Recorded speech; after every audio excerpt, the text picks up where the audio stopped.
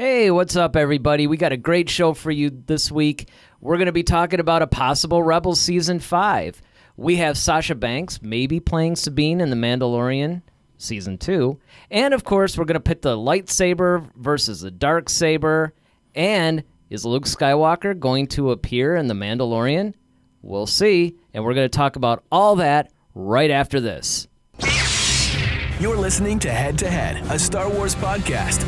Two fans, two generations, all things Star Wars begins now. All right, hello, everybody. I'm Eric Vansel. And I'm Daryl Sanders. And we're your hosts for this show. So you guys may have noticed that behind Daryl, we have this beautiful little picture. It's actually a canvas print of the TIE Fighter sunset, which, as anybody that's been watching this show for a while knows, is one of his favorite scenes. Yes. I ordered it like months ago. You know, because remember when you were in the other room? Yeah. Because as you guys may have known, if you guys have been following us, especially since we've been doing the streaming thing, you know that we've been experimenting with different configurations, both of the equipment, rooms, and now, of course, we're doing somewhat of a combination of the old and new, but I actually bought that picture to have behind you in the other room, because remember I had that drum head behind you? Mm-hmm. Well, I thought that would be more appropriate, and I thought it was actually going to be more square than it is. Oh, yeah. But, I mean it's it's cool, and I thought, hey, that adds something, and yes. I know it's one of your favorite things. Indeed it is. Yeah, man, I mean, it's been cool. Yeah, what you been doing? Lately, I've just been watching Clone Wars, honestly. Like, I know you've been watching it. So it's a little bit of a influence on that? Yeah, man, I think you did a little mind trick on me, man. But no, I've been actually watching Clone Wars. I'm in season 2. I'm just wrapping up. It's funny because I just wrapped up the whole Mandalore series, the whole thing when Ahsoka lost a lightsaber, and then it went to the whole Mandalorian series where... Yeah, I was really surprised how early they got into the whole Mandalorian thing. I thought it was later, too, and I was like... it's like... I guess not. In fact, a lot of times during the whole show, I've been like, oh, they're getting into that now? I thought that was later. I thought, like, everything was later. And I keep forgetting, like, how many episodes were in that season. It's not like, a short... it's like 24 episodes like in the season. Yeah, so all of them have like 24, 22 episodes. I mean, it's crazy. I mean, that's another thing, too. I'm like, dude, this isn't... Because another thing I've been doing, I finally broke down and I'm starting to watch The Office. Okay. I'm like in the middle of season 2, and there's like 9 seasons of it. Mm-hmm. And most of them are like, 22 episodes. The first season, I think, is like 6 episodes. But... all the other seasons are about 22. But the thing is, it's only like a 22, 24-minute show. Okay. Well, that's, yeah. And that's about, okay. I get that. What the Clone Wars is, too. But there's just so much going on, though. Yeah. And there's so many different story arcs that I thought, honestly, some of this stuff actually came later. Well, yeah, and it's funny because there's some things I forgot about and don't recall ever seeing. Yep. I was like, did I see this episode? I know. So I know. I'm like, all right. Or there's some episodes, like that whole droid thing that comes up in apparently like season 5. I thought that was earlier. I thought that was like season 3. I'm on season 3 now, but I'm trying to watch it with my mom, so it's it's a little bit slower for me to get through it. But what are your impressions now that you've seen? You're up to season 2, so you saw season 1 again. Yeah, I mean, it's some things I kind of forgot about. Like I kind of forgot that Anakin showed darkness so early in the series. Like in season 2, when they're on Geonosis and they're going against I hate that episode when those little worm things were going inside the clone trooper's nose. Oh. Yeah, those things were freaky, man. I was like, yeah. It kind of reminds me of that Star Trek: The Wrath of Khan scene.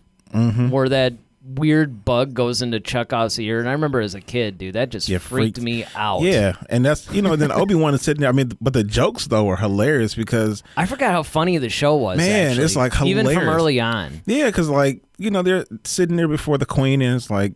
So, and ironically, Obi-Wan's the crow and the crack in the joke. He's like... So which one do you think is going to be, the nose or the ear? And so Anakin is like, I don't think Andula like cares about that. And she's like, no, I don't. She's like, no, I'm just curious, like which one's going to be. So yeah, I just forgot how hilarious those episodes were. But then I forgot how, early on we start seeing like shades of Anakin, like was the Separatist leader. They have these weird names, so it's hard for me to remember. But it's like he was one of those bugs from Geonosis, and he wouldn't tell them how to actually kill the little worm things. And Anakin's like, look, leave us. And he told the clone troopers to leave. He walked in, interrogated them, and he actually started force choking them. Oh, yeah. And I was just like, that's what I'm talking about. Well, and that was it. Those are the kinds of things that I, too, forgot. First of all, I forgot how early that Anakin went dark. But then the other thing, too, was just I forgot how many story arcs were actually earlier in the series. Yeah. Because, again, these are things that I thought happened later. I don't know what I thought was happening in the beginning, but, it's pretty cool, though. Overall, I would say that I liked season 1 a lot better watching it the second time than I did when we initially saw it. Yeah, I think it's because now you kind of have the full scope. And that's it. I was just talking to somebody about that today. I'm like, well, now I have the full scope. I know where it's going, so I can actually watch and enjoy it. Whereas at the time, I was like, is this really what it's going to be? Sky Guy and R2-y? Yeah. That was but actually, it was around season 3 that she stopped doing that. Well, even in season 2, I don't even hear her really say it. I haven't heard her say it much. Not as much. She will do it occasionally, but it's very rare. Yeah, and she's really starting to kind of see some things in Anakin and just her own growth is dealing with a lot of different things. You kind of see how she had to start to mature quickly because, when she got put on certain missions, even when she was trying to debrief one of the clone troopers and Anakin kept interrupting her and just, talking over and not letting her do her debrief. And she's like, well, these things would go a lot easier if I would. Like, she's trying to, put him in his place but still be respectful. And exactly. It's hilarious. Oh, yeah. Yeah, I should point this out. I really should have pointed this out when we came on, but we're not live right now. We actually have set this as another premiere. Unfortunately, once again, I had to work this weekend, so, we couldn't go live. But I should be done in time, so like last time, I probably, as we speak, chatting live with you guys right now. So, feel free to write into the chats, talk with us about what we're talking about on this. We can keep that dialogue going. Yep. And we'll be picking it up again next week for, of course, our live show. So, I just felt like, I should probably do that. Little disclaimer. Hey, and, while I'm at it, if you guys are liking this and, you're like, hey, I want to know when these guys are coming out with another video, subscribe to the channel, hit that like button, leave a comment, whatever you guys want to do. All right, so you ready to go to the Cantina? Yes, sir. All right, let's go.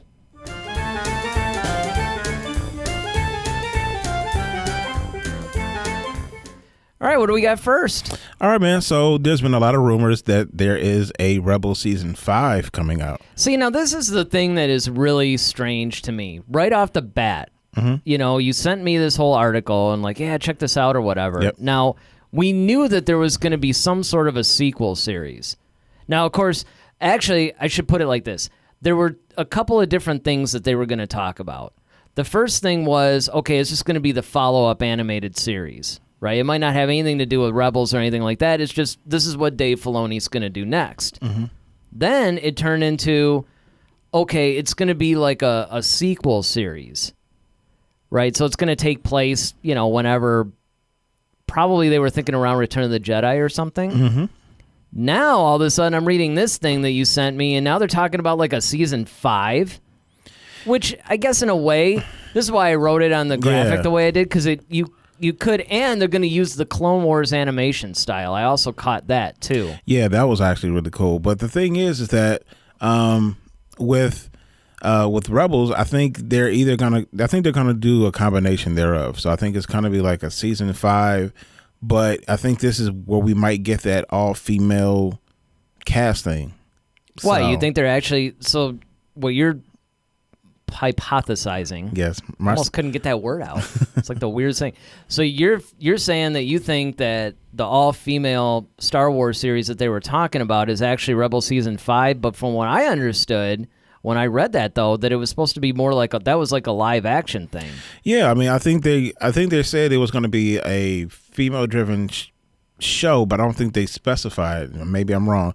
I don't think they specified if it was going to be live action or animation. I think it was just a show. You might be right. You might be right. They may not have actually specified that. But the reason why I say that is because I think this particular season of Rebels, if you want to call it that, is going to focus a lot on Ahsoka and Sabine. So with that being said, and we'll get to Sabine in a minute, but I think so. For that reason, that's why I said I don't think it may not be a live action. You know what I'm saying? But as far as getting the character to play, because they have a whole nother career, but like I said, we'll get to that. So that's why I think it's going to be more so animation, and I think you can really do that as far as like having Rosario Dawson. Like she could, I don't think she's shooting anything major right now, so she could do the live action part. But if you're going to bring Sabine in it, and if they're casting who I think they're going to cast to play Sabine, I don't know how that's going to work as far as live action, but you could take that same story and do it in animation form. Right. And then, of course, they already have the actresses that play those roles anyway in animation. They could just continue on. Exactly. But my whole thing is, I don't know.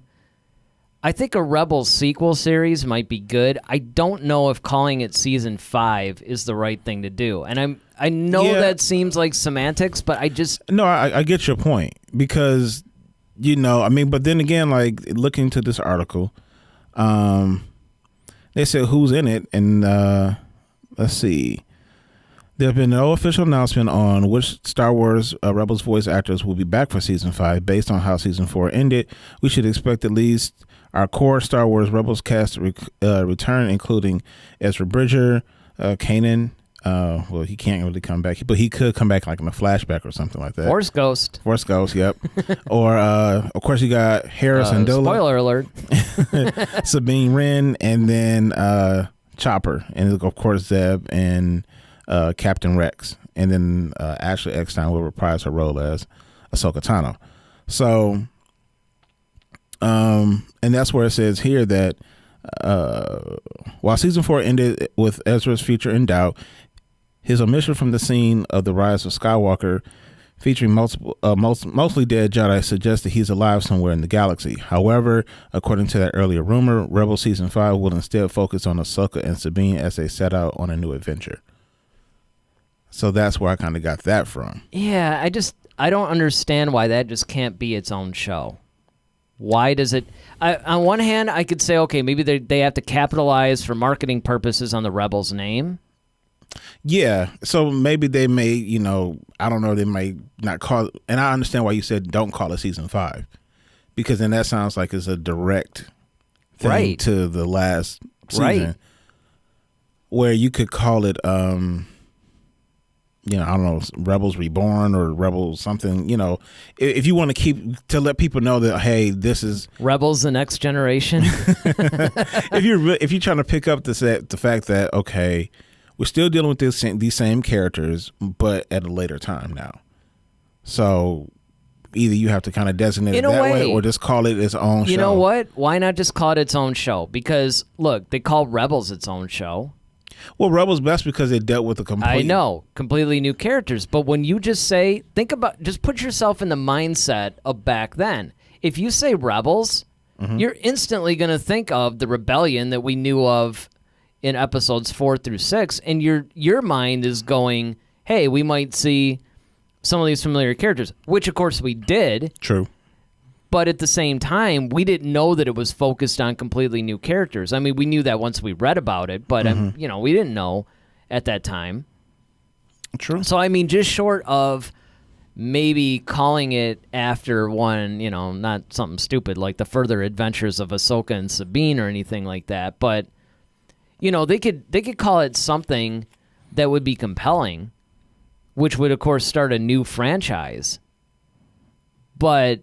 And look, the marketing, if you just put out a bunch of trailers, if you put out a bunch of marketing materials and you say, look, okay, this is what it's going to be, I think you're going to get interest. I mean, look at the High Republic. The High Republic is completely new. But all they did was they put down this whole breakdown of characters and, okay, this is a little bit about what you're going to get. And, and because those are books and comics, you don't even have the added benefit of having, like, trailers. Yeah, I mean, like even with this, a lot of people are asking like if this comes out, when is the release date for? Oh, well, that's the big $1 million question, because this is another thing that I'm really wondering as far as just the whole franchise as a whole. Mm-hmm. That was a little redundant, I know, but because we just got word. This sounds like a divergence, but it isn't.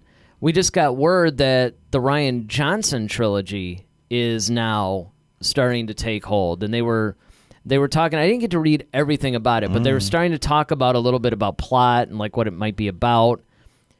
So now you're starting to see all this stuff, and the problem is you have this release schedule that Disney put out as far as the movies go, right? You got 2022, 2024, 26.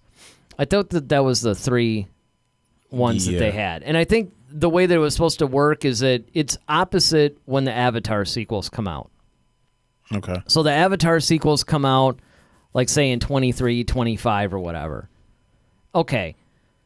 Then you also have all these other series that we already know are basically in production or at the very least heavy pre-production. You have the Obi-Wan series, you have the Cassian Andor, of course, Mandalorian Season 3 Yep. is actually pre-production now. So you have all this stuff. And my question is, when is all this stuff going to actually be released, and how are you going to do it in such a way that people don't get Star Wars fatigue? I mean, I myself wouldn't necessarily suffer from that. Yeah, I mean, I think it would just, when you're jumping around timelines too, that's what's going to confuse a lot of the casual fans. And that's it. You hit that. That is such a good point too. I don't think it's so much the amount of stuff that they're doing. Yeah. It's the fact that they're jumping around and all these, that you almost have to be a hardcore fan just to even follow anything. Yeah, because if you really don't, this, if you do Cassian Andor on Disney Plus, that falls on the Rogue One roughly era. Then you still have Obi-Wan that takes place kind of during the Rogue One era. So you know what I mean? So you get this whole overlap thing going. Like you got a lot of overlap, and people might get a little confused. And if you drop Rebels, like this new Rebel show, and it's going after Return of the Jedi, so then it's like, okay, well, isn't that when the Mandalorian is taking place? Well, yeah, and it's just like, I think a lot of people. Do you remember the confusion when Rogue One came out? Yeah, how there was a lot of people that like, well, where's Luke? I thought this was a sequel to 7. It's like, it's like, no, this is actually a prequel to 4. I mean, right. Like, that's the one way I don't think that they've done a really good job in marketing so much, is the fact that they're not really emphasizing the time period or the era. Do you think the story should be told reasonably in order? Like, I mean, okay, what I mean by that is it's like, okay, so we had the sequel trilogy. So we had 7, 8, 9. Mm-hmm. All right, but in between that time, of course, we've gone back and done Solo, we've done Rogue One. Right. So do you think you should just stick with everything? Okay, if we're going to do it for everything post Return of the Jedi, just get that out the way first and then go back? Yeah, I could see that, because if you think about it, that's sort of the Marvel MO, right? So they have all these standalone Marvel films that, of course, culminate into the Avengers movie, and that's the end of, say, Phase 1, or whatever phase that they're on. But the idea is that for the most part, you do get some exceptions. Like Captain Marvel did take place in the 90s. Mm-hmm. So you do get a little bit of jumping around, but the point is that for the most part, and again, I think it's mostly the marketing. I don't even necessarily think that it's a question of, do we have everything taking place during the same era? It's more like, are you clear about when some of this stuff is done? Because the Marvel movies did a pretty good job of indicating at what point in the history of the MCU they were taking place. However, you do bring up a really good point, though, because if you just say, okay, during the sequel trilogy, instead of doing Rogue One, maybe they did something that took place a little before 7, or, somewhere in that area. And then let's say they go back and they say, okay, now that we got the Mandalorian, let's tell a bunch of stories that take place within this particular time period. Yeah, if we want to go back and say, okay, we're going to go from the end of Return of the Jedi up to Force Awakens. Right, and they just come out with a gang of movies and Content shows and whatever. Yeah, all that. Okay, we finished with that. Now, let's go back to post Revenge of the Sith. Let's tell all those stories. So that's where you get your Rogue One, Solo, Rebels. Well, and the thing is, I think that you can make a strong case either way. Because on one hand, I think that would probably, for me, if I were going to give like a definitive answer on how I feel about it, I think that that's how they should start it. And then maybe branch out. Once you have enough movies or TV shows or whatever that are firmly defined in certain time periods, because if you think about it, if you go between, say, episode 3 and 4, I mean, that's like a span of 19 years. Well, when is it earlier? Is it mid? Is it later? Whereas if you have a bunch of content that takes place, you can break it down a little bit more. And not to mention the fact that whatever the film is or the series or whatever is at that time, you can connect it a lot quicker with something else versus, okay, this is taking place in some time period between this 19-year period. And this is where you guys, if you're chatting with us or whatever, let us know what you think, because this is one of those really highly subjective things. Because the opposite argument to that is that if you do that, you're really severely limiting the storytelling, because there's a lot of areas of Star Wars, a lot of different eras. I was just talking to somebody today, one of my coworkers, that, he was talking about like maybe 3 things that he would like to see. Mm-hmm. And they take place in completely different time periods. All right. I want to see like the Old Republic or the beginning of the Jedi and Sith. And, I want to see the fall of Ben Solo. And I want to see, it's just like all these wildly different time periods. Yeah. And so if you were to constrain people into one specific time period, I think that in a way you would almost be doing the fans a disservice, because it's like, okay, if I'm interested in the Old Republic, I might have to wait like 15 years. Now, granted, once that wait is over, I'm going to get like 6 movies or something. Yeah, everything I want, but just like, yeah. But I could be like 80. True. On the other hand, though, if I'm coming out one year and it's an Old Republic movie, and then the next one is like something that takes place between, like 6 and 7, and then another movie takes place just before Empire or something, it's kind of like, again, unless you're beyond a casual fan, this is going to be really tough to... Yeah, you're going to need like some sort of like map or guide to like... Yeah, they're going to have to start publishing, like, sending everybody a PDF on... And they do this. I mean, if you actually buy Star Wars, and they've been doing this forever, but if you buy Star Wars novels, they'll always put in the very beginning like a timeline and show you where that book is taking place in the timeline. Well, I mean, they've done that with Marvel too. I mean, because like they actually have this whole thing where if you want to... And I know a lot of people did this during the quarantine, because, what else are you going to do? Right. So they had this thing where, and I know some friends of mine who actually did it this way, and they actually watched the movies, not in order in which they were released, but in order of the way that the story is supposed to go. Mm-hmm. So, okay, of course we know like the first one was like Iron Man, but then you still have like Ant-Man and Wasp took place before. Right. They would look at all the chronological stuff. Captain America took place way before that, if you really look at chronologically, Well, and even then it gets a little bit difficult, because there's some, like Ant-Man's a really good example. Like they'll have something that takes place in the 50s and then it flash forwards to... So when do you watch it? I mean, do you count it as something that takes place in the 50s, or do you put it in its present time period and just accept that that's a flashback?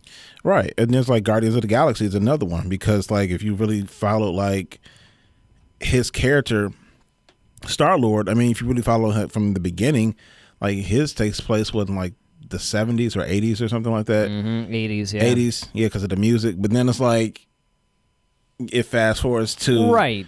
Right, to this future. And not only that, but I mean, who knows when the present day is, because it's taking place in some weird galaxy. I mean, yeah, like it might be like 1988 instead of 82, but in that galaxy, it's whatever, So, yeah, and this is the reason why I bring up Marvel, not because it's all Disney or whatever, but because that's a really good example of something that takes place in a very wide range of time.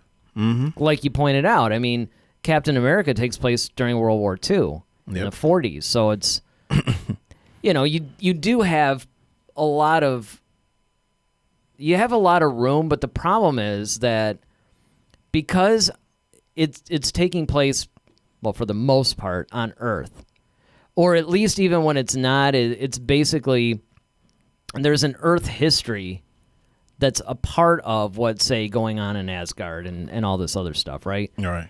But with Star Wars, though, it's like this completely different time period because it's a completely different universe. Yeah, and you're also dealing with characters who had major, so it's like, okay, like take Captain America, for example. Okay, yes, he was in the 40s, but then like he was frozen for 70 years and then he was defrosted basically, and then now he's living in present day. Well, okay, you could do the same thing for kind of looking at like Anakin Skywalker. Like, okay, yeah, we saw him in the Phantom Menace, Attack of the Clones, Revenge of the Sith, and then yes, he's technically still Anakin Skywalker, but now 19 years later, he's roaming around the universe as Darth Vader for 3 more movies until he's redeemed and turns back into Anakin. And then you have Luke Skywalker, same thing. He's seen initially at the end of Revenge of the Sith, but then we really don't get to know him until the original trilogy. And then you have that big jump till we don't see him again, and then now he's like Obi-Wan's age now in the sequel trilogy. So you got these characters who kind of have that linear thread. But but that's the problem, is the fact that you're following in the Marvel movies. You're basically, it's almost like you're looking at history and then how these characters are fitting into it. Right. Whereas in Star Wars, you're looking at the characters, and then the events are almost secondary in a way. It's like you're just following this one family and how events are unfolding around this one family. Exactly. Yeah. Whereas you're getting almost all these different world views depending on these different characters, because each one is like their own Skywalker in a way. You know, when you're watching the Iron Man series, it's just them. You know, it'd almost be like if Han Solo had his own trilogy. Well, he did have his own movie, but well, that's what I'm saying. Even if you look at like, okay, like the Han Solo, like we see that movie, but like, okay, at what point in time is this? Like, what else is going on in the galaxy while this is happening? And so then that's why the cool thing with Maul being revealed at the very end, it kind of like, oh, okay, so now because Maul is still present, this kind of tells me this is before Obi-Wan kills him, which we see in Rebels. So you just sound like you kind of are trying to fit him in or fit this story. Where does it fit in the timeline? Yeah, because there's other events that's going on in the galaxy, no different than when we were watching season 7 of Clone Wars. How that was basically rubbing up against, you know, everything that we were hearing in Revenge of the Sith, where it's like, okay, Dooku was killed, Anakin killed him. Okay, so this is where we are in the timeline.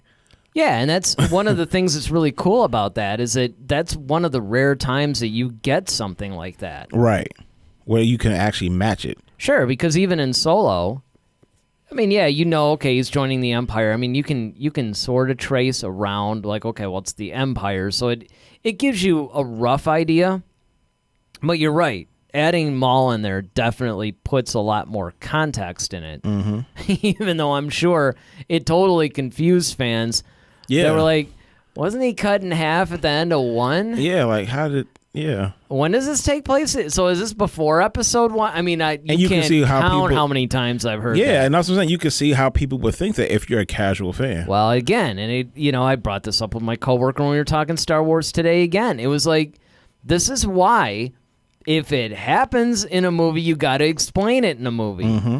You know, because the problem is that, okay, if you didn't watch Clone Wars, which a lot of people hadn't, I mean, how many people who have chatted with us have said, oh yeah, well, I or maybe they saw a couple episodes or something. Right, or people who actually didn't see it. Or people who didn't see it at all, right? The more casual fans, the ones that just see the movies and maybe might be watching The Mandalorian right now. Mm-hmm. But a lot of times people don't, they don't follow animation because of the stigma behind it. But right.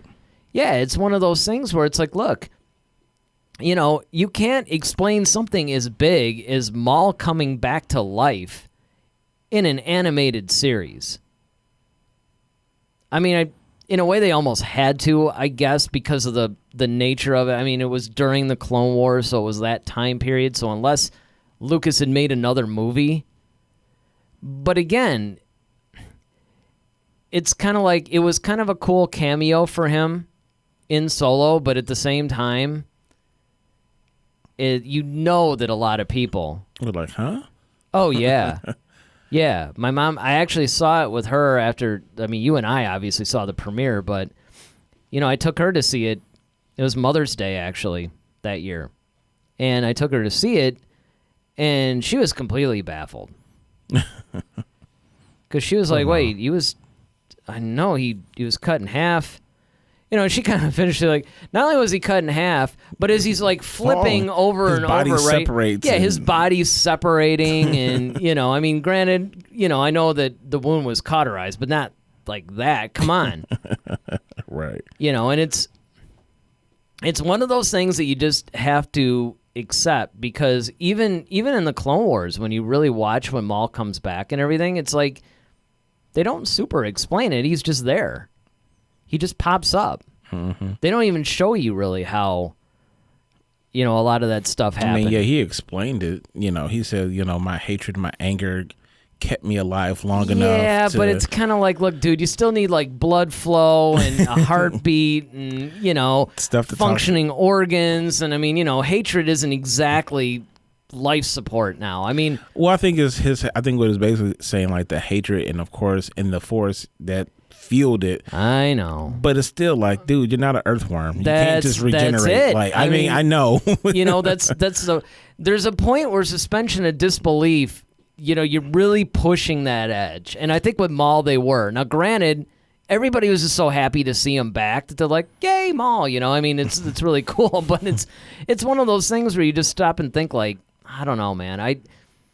I was hanging with it, and then the longer he was there, I started to get used to it, but it's one of those things that if you think about it too much... Yeah, definitely. It goes a little bit crazy. But, again, this is why I was saying that they have to be careful what they do then with this whole Rebel situation. Because you have the idea where they're thinking of bringing it back as a Season 5, which I don't even understand, because Filoni himself seemed like he was pretty final about it. And he's one of those guys that once he tells the story he wants to tell... Yeah, he's done with it. He's done with it. I can understand him coming out with another animated series, but to actually extend Rebels, the only way that I could see that is that there's some... Well, he's always said that, there was more stories to tell.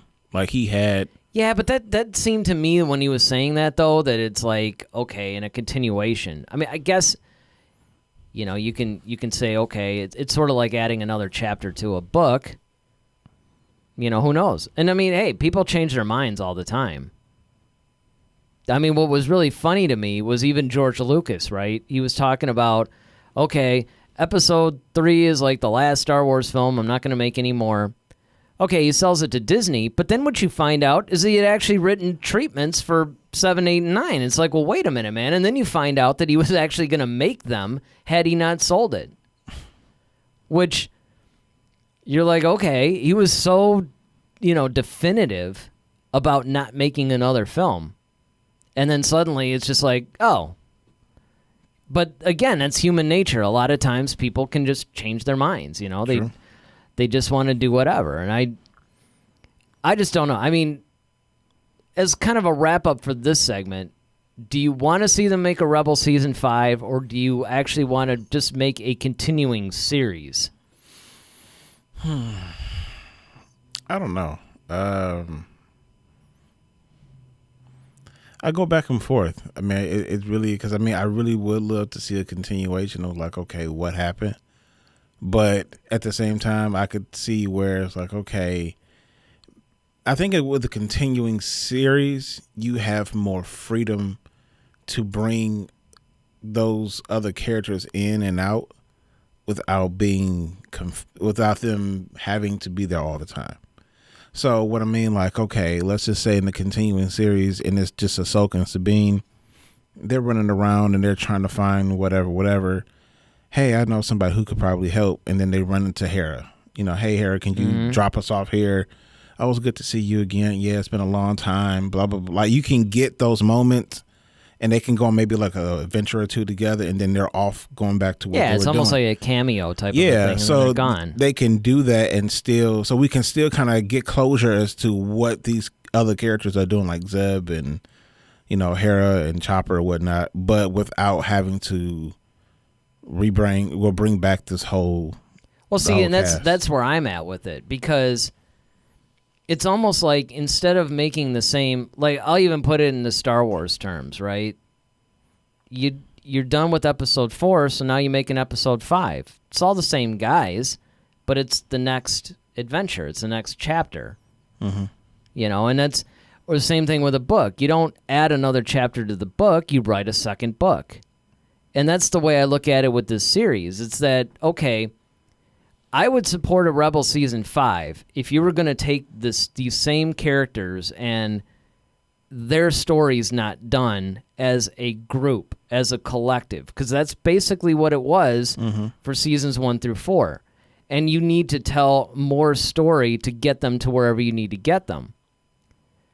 But I would not be in support of it if it's kind of like what we were talking about, where it's, okay, this is another chapter. Because if you remember at the end of season 4, they all sort of were going in their own, you know, I mean, one of them was gone. Yeah. And then everybody else, you know, you had Thrawn and Ezra going off together. You had Sabine and, well, actually, what was interesting about the whole epilogue portion of it, it's been a minute since I've seen the last episode, but I do remember on that epilogue, it was carrying up through almost like the end of Return of the Jedi. Because they were showing the whole Death Star destruction celebration at one point. And it's, you know, and it's showing you like what happened to these characters at that point. So it's almost like you wrapped up that story. That book is done. You need to write another book. Now, you could bring in the same characters, you know, but that's the way that I look at that, and that's what I'm hoping happens. You guys, let us know what you guys think. I mean, I'm sure you're probably chatting away with us right now, but if you're watching the rebroadcast of this, well, I guess it's all kind of the rebroadcast. But if you're watching beyond the premiere of this and we're not chatting, definitely leave the comment section below and let us know what you guys think. Do you want to see a Rebel Season 5, or would you rather see a continuation series that maybe focuses on one or two of the characters? Let us know. All right, what do we got next? Man, I'm really excited about this next one. So, oh yeah, I can imagine. It's really cool though. I mean, because it's something we've never seen before in Star Wars, and we have a interesting person who's going to actually spearhead it. So, Speaking of Rebels, right? So Ahmed Best. Oh wait, I'm sorry. Yeah, you're ahead, dude. I'm on the head. I'm sorry. Got a little beside myself there, folks. I apologize. Understand. Ahmed Best is a great guy, but we'll get to him in a moment. But we'll get to him in a second. So, speaking of Rebels, we've already established that Rosario Dawson is going to play Ahsoka Tano. I remember either last episode or the episode before last, you asked me like, "Oh, who would I have to play Sabine?" And I'm mad that I never thought to use this person, because when I found out that this person is likely to play her, I was like, well, of course, like, perfect. But it's actually Sasha Banks, WWE superstar. Yeah, well, I mean, your mind doesn't, when you're talking about an acting role, it doesn't immediately go to wrestling. Yeah. I mean, we did say like Zeb could be played by The Rock. Well, but then again, he's more of an actual legitimate actor these days. Yeah. But I mean, even before that, it's like that makes sense because of the nature of the character. Yeah. You know, then it makes sense to put somebody, Because in that sense, it's almost like their physicality and, a lot of things they might be expected to do, but especially the physicality might call for somebody that's more in the sports athletic side, bodybuilding, that kind of thing, versus an actual acting. But, Sabine, that really requires some acting chops as well. Yeah, I mean, but the cool thing about, Sasha Banks and them using this particular person to play Sabine is that this fits kind of right into what she kind of does in wrestling anyway, which is perfect. Because in wrestling, you kind of have to be, definitely have to be a showman. Mm-hmm. You definitely have to have the physical aspects, what she does. She definitely has the look of Sabine. She's already dyed her hair anyway. She wears her hair dyed anyway as a wrestler. So playing this, and she has a strong personality as a wrestler. That's kind of like her character anyway, as the legit boss. So moving her into this whole Sabine role is perfect for her because she kind of already has the color schemes going on as far as her hair, the attitude. She's the right age, and Sabine's character is kind of like that kind of fun-loving, but she's very she can be very aggressive, and Sasha Banks can definitely pull that off. So I'm really excited for her to do it. I was watching The Gallery again on Disney Plus, and they had the latest episode was out Friday? Yeah, but I haven't seen the latest one yet. But they were still talking about Gina Carano, and that's one of the reasons why they got her was because, of course, Yeah, and that makes sense. And I mean, again, I'm not saying that they can't learn. Especially if, it's not like, you're trying to do some Oscar-winning performance or anything like that requires, crazy acting chops. But, right. The idea is, but again, for the Cara Dune character, though, that actually required somebody that was a little bit more athletic, big, physical. had some fighting skills, that kind of a thing. And the acting almost took a back seat to it. Now, of course, and she was terrible in a lot of the movies that she was in beforehand. That's why actually everybody was really skeptical. Mm-hmm. She brought her game up a lot for this, and now it's kind of like, okay, cool. Still not going to win any awards anytime soon, but see, Sabine is a little bit different though. So, we'll have to see, because Sabine, actually, there's an emotional range there. There's, a lot of different things that... Well, that's the cool thing about having Sasha Banks is because that's the cool thing about it is because she acts in wrestling. Yeah, and I know that there's a certain amount, it's not all...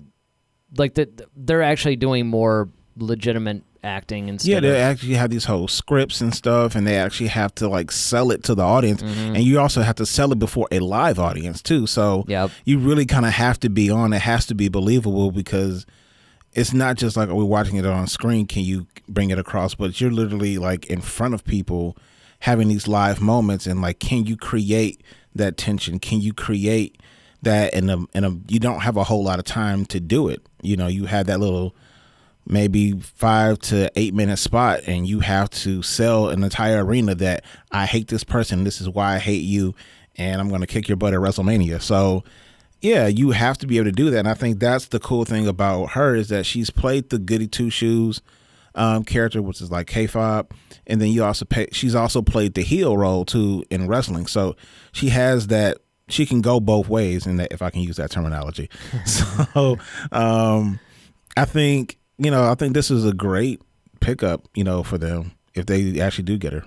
Well, and what's she supposed to be in? What do you mean? As far as what? As Sabine. But Sabine. It's got to be in the series. It's not going to be the Mandalorian, although it wouldn't surprise me at this point. Is it really? Yeah. She's actually going to be, apparently. Why not? Let's just have everybody be in the Mandalorian season 2. Who's going to be left for season 3? It's a family reunion. Well, who knows? Like I said, it just depends on where they're taking the story. But I think bringing Sabine in, to deal, because we talked about the whole Boba Fett thing. And not to mention the fact that not just the Boba Fett thing, but even the whole Mandalorian, they're basically underground now because of the whole, Empire thing and everything. So it makes sense that she would actually come into it. I mean, if you have a series called The Mandalorian. No, my whole thing is I'm wondering, too, because The Mandalorian has more of a serious tone to it. Rebels is let's face it, it's animation. It's a kid's show. So Sabine's character often like airbrushed her Mandalorian fit. Like, are they going to do that for? No, I don't think so, because you got to remember that back then they were also allowed to take their helmets off. Like they didn't swear some crazy oath. The Mandalorians had their helmets off all the time. Right. It's only since the whole Mandalorian, what do they call it? The Purge or something. Mm-hmm. It was only since the Empire just like obliterated them and all that, and they had to go underground, and then they came up with all these. This is the way. Yeah, and these different. Okay, you can't take your helmet off and all that stuff. So I'm sure by the time that we see her now, and again, I think it's no different than the whole Ahsoka thing. There's been growth. She was relatively young. Yeah. During that time. Mm-hmm. You got to remember, Rebels took place before Episode 4. Yep. This is like after Episode 6, so you got to figure there's probably a good 5-10 years, depending on how long before Episode 4. I mean, we know that it brushes up against Rogue One, which, of course, brushes up against 4, so, I think it's like, 3-4 weeks or something.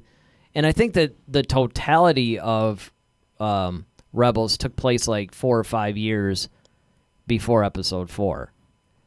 So, you figure, okay, she's gonna age in that time, but then there's also probably another 7-8 years between 4 and where we meet up with everybody in Mandalorian. So I'm sure there's some growth there. Plus, a lot of the rules change, and it would be interesting to see, where all this is going. And now I'm wondering what the whole deal is with the Mandalorian.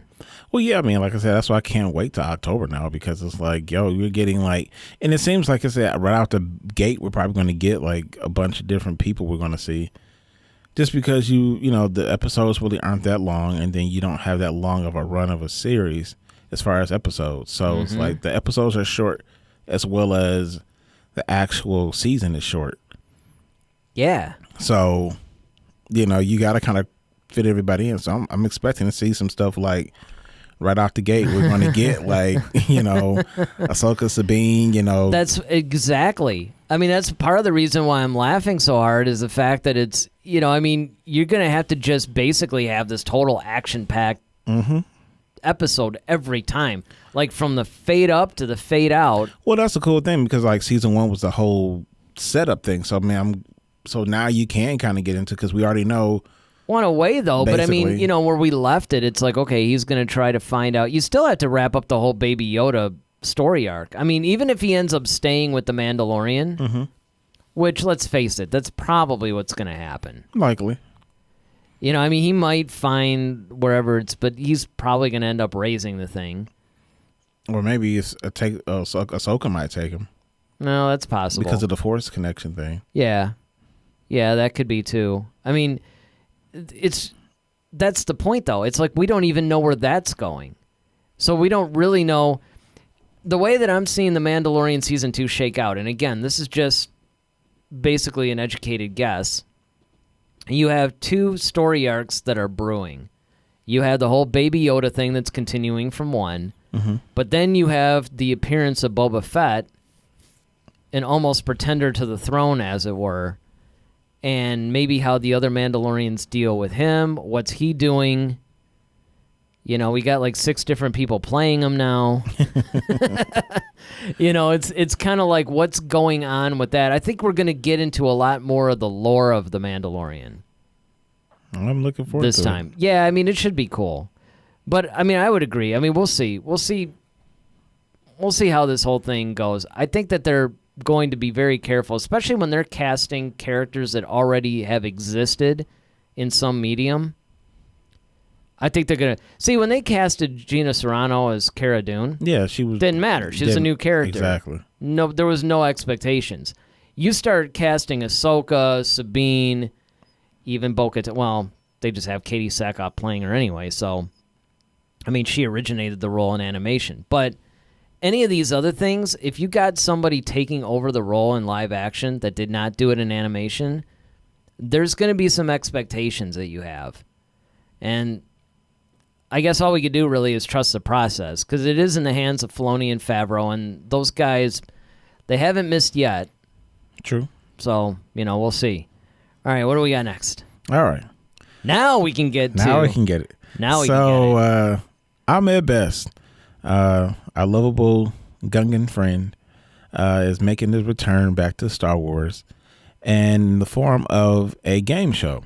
Yeah, this sounds really interesting to me. When I first read about this, I thought it was an interesting choice of programming for Disney Plus because it's more of a reality-based thing instead of another series. Yeah, so it's called Star Wars Jedi Temple Challenge. Ahmed Best, who played Jar Jar Binks, is going to serve as the host of the series.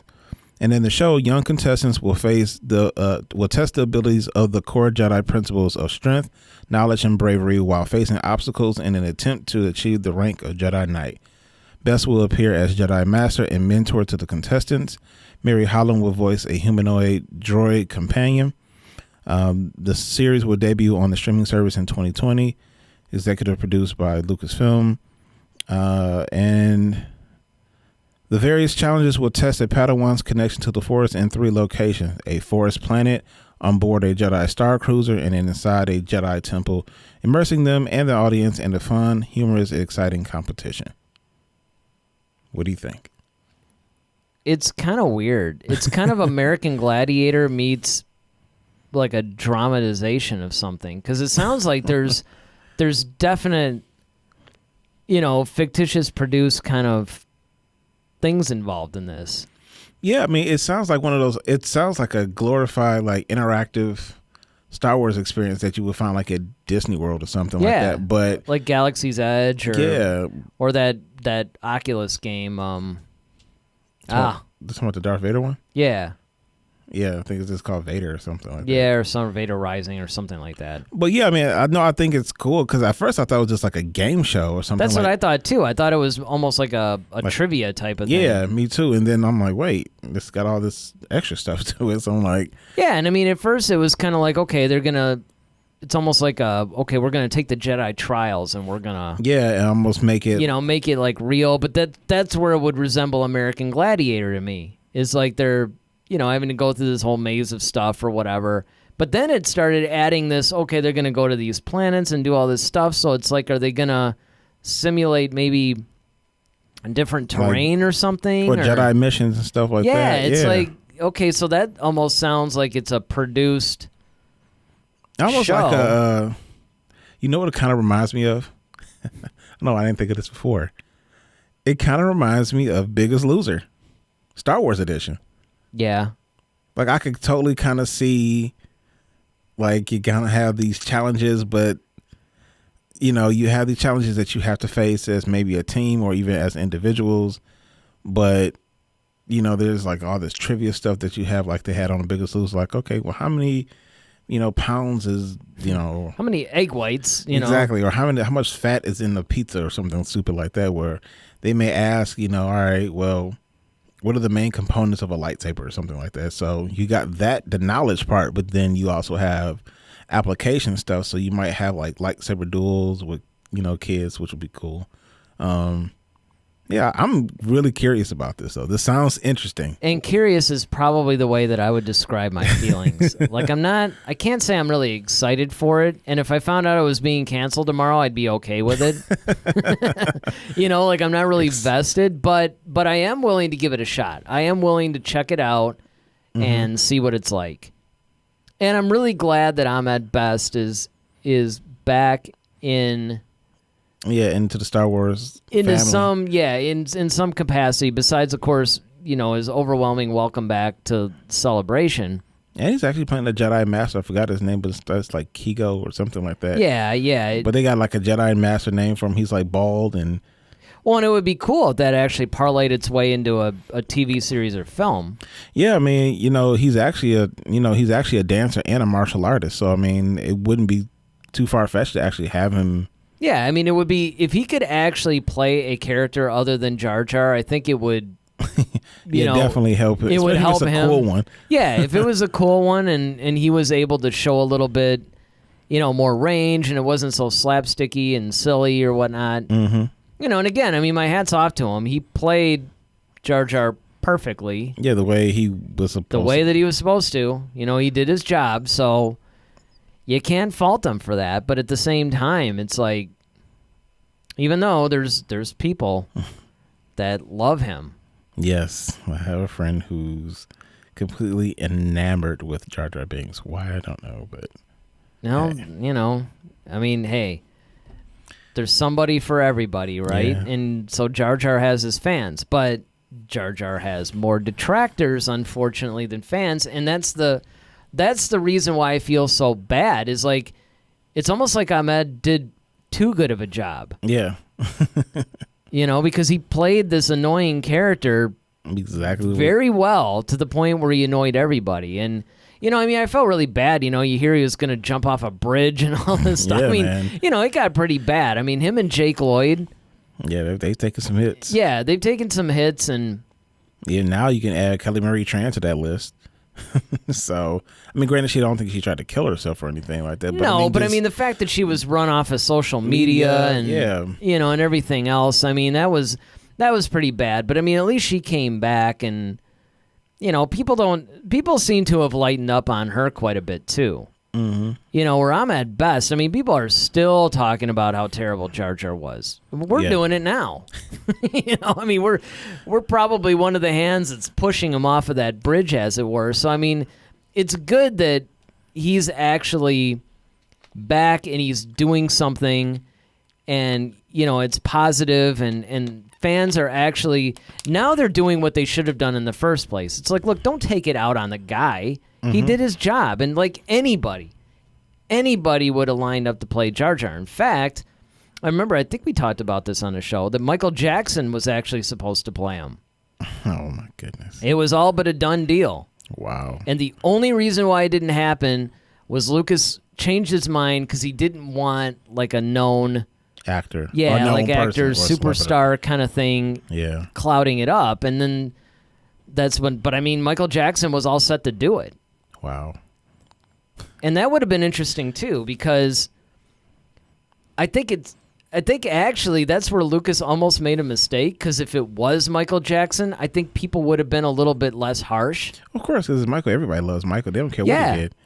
And it would have been, it's almost like, well, it's Michael, so it's cool. He probably just reprised his roles as the Scarecrow from The Wiz. Pretty much. I mean, and that's probably why he almost got it. I mean, he definitely has a physicality for it, and he likes goofy stuff, so yeah, it would have been really interesting. Kids and like, I would have loved to have gone into an alternate universe and see a Michael Jackson Jar Jar Binks.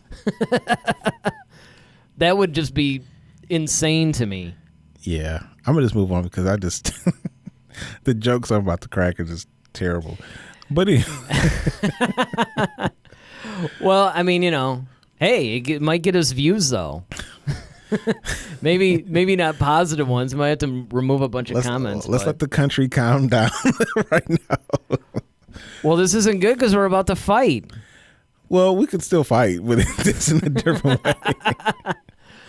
Well, let me give the official one then. What do we have next? Next, we have Duel of the Fates.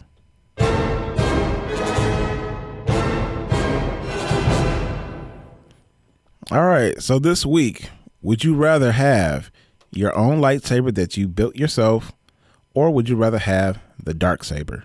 Lightsaber. Wow, you got that one out quick. Oh, yeah. Well, because here's what you have to realize is that the Darksaber was built by the Mandalorian Jedi, the first one, in fact. Mm-hmm. And it was built for him, and it was, don't get me wrong, I love the Darksaber. I think it's cool. But what I like about the lightsaber is the fact that you can fashion it after your own fighting style, your own, the way that the weapon balances in your hands. There's a lot of customization there that I think, honestly, and it's not just a looks thing, like, oh, you can make it, personal and and look really cool and bedazzle it or whatever. I mean, I'm not talking about stuff like that. I mean, streamers and ribbons. Yeah, I mean, right, fringe and tassels or whatever. I mean, real stuff that you could do. You can depending on what you can modify it based on your fighting style, based on the way that you happen to grip the weapon. I mean, there's just all kinds of legitimate defensive and combative type of reasons why it would be better, whereas a Darksaber is just kind of like this pre-made thing that, granted, you can learn to use it, but it's just like, and you can find your own crystal. There's just like a lot of customization that you could do that I think ultimately would, because don't forget that this is basically your weapon, and this is going to be the thing in which you're going to have for, at least until you decide to make another one. You're going to have it for a long time.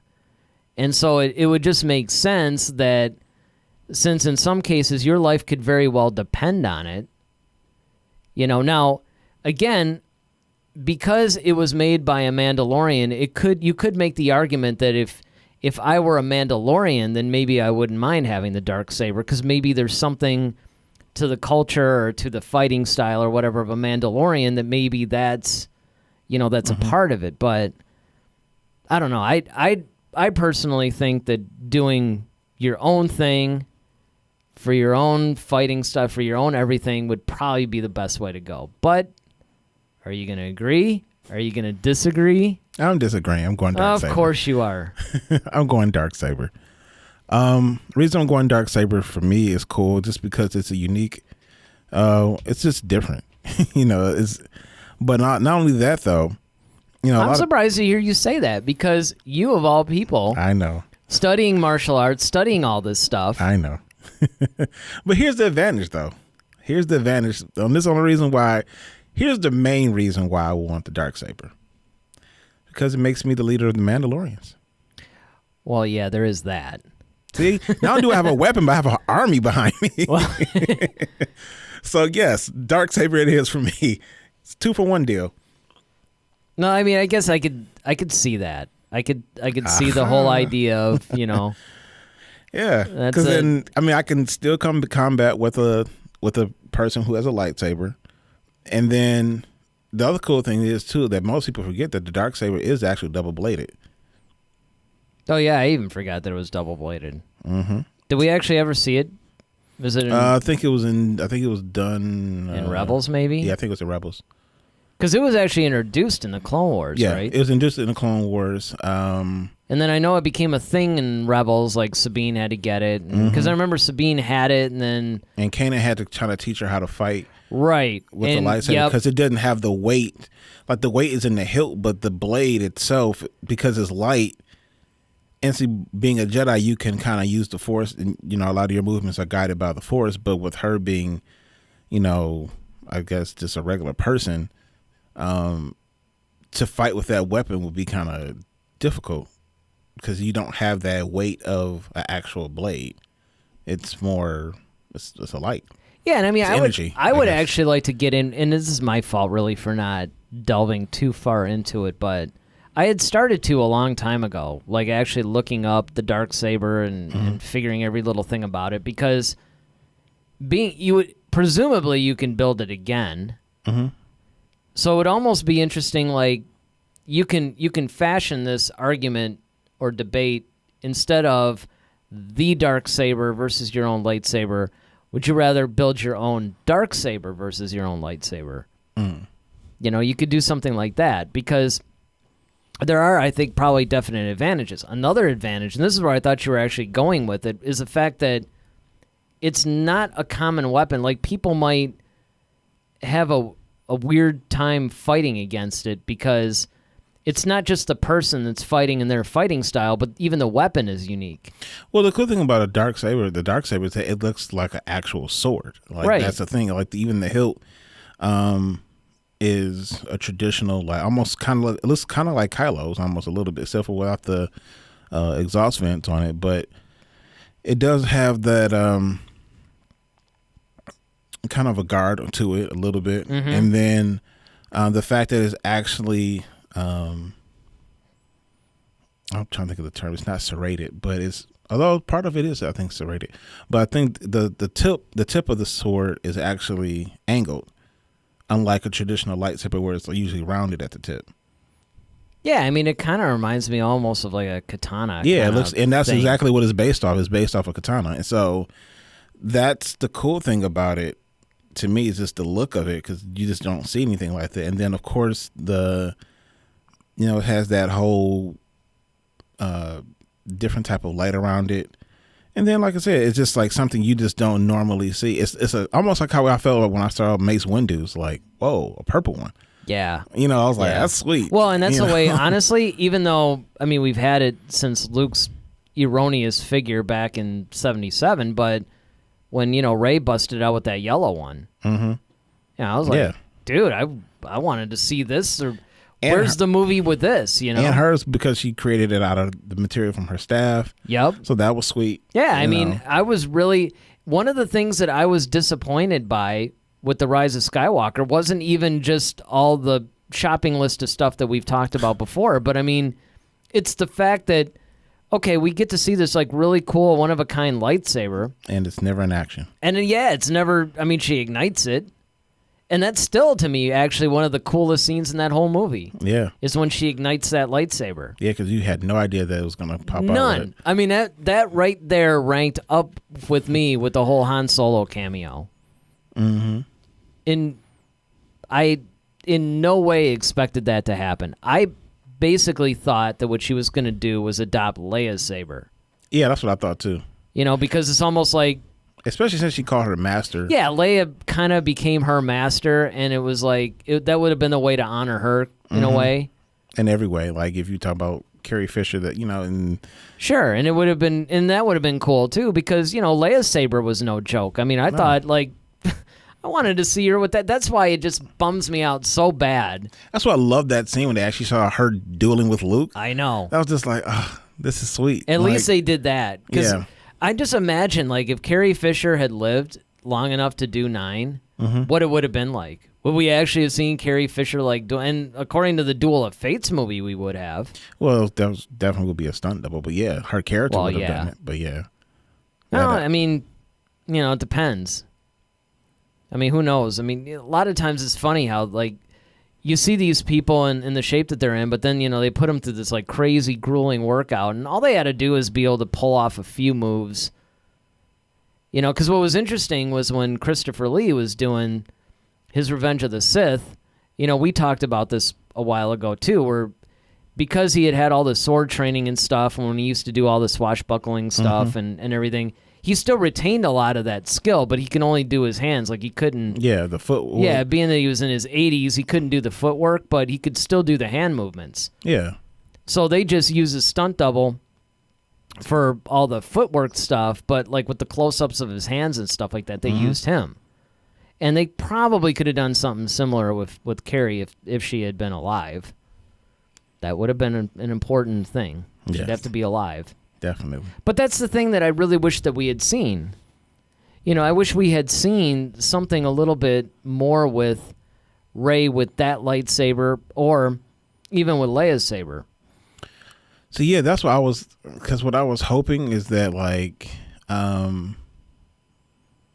mean, although it was cool, like, Luke popping up and catching, the lightsaber was like, oh yeah, this is your life type of situation. But honestly, I thought what would have been cool was if she got rid of it, but then realized, okay, I need to go fight the Emperor, or I need to go face him. And so then because she had the text, she's like, well, I have to go face him, but all right, well, I found, Luke had like some crystals, buried in around Octo somewhere. So she was like, okay, well, let me just grab a crystal.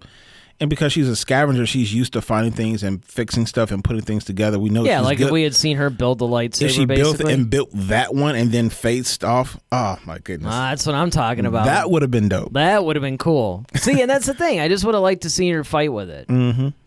And the problem is, the chance of us getting a Rey Star Wars movie, if it happens, is going to be way down the line. Mm-hmm. So I don't know.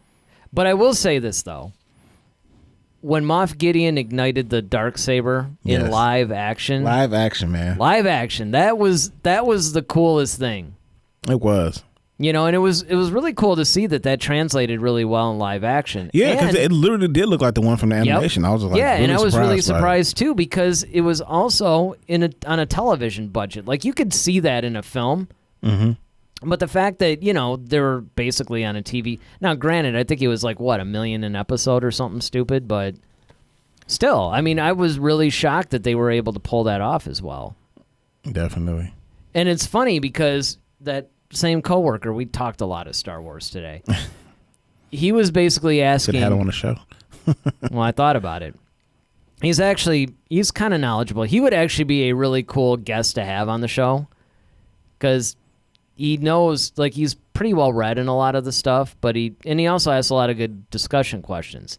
You know, because his whole thing was like, well, how did Moff Gideon even get the Darksaber?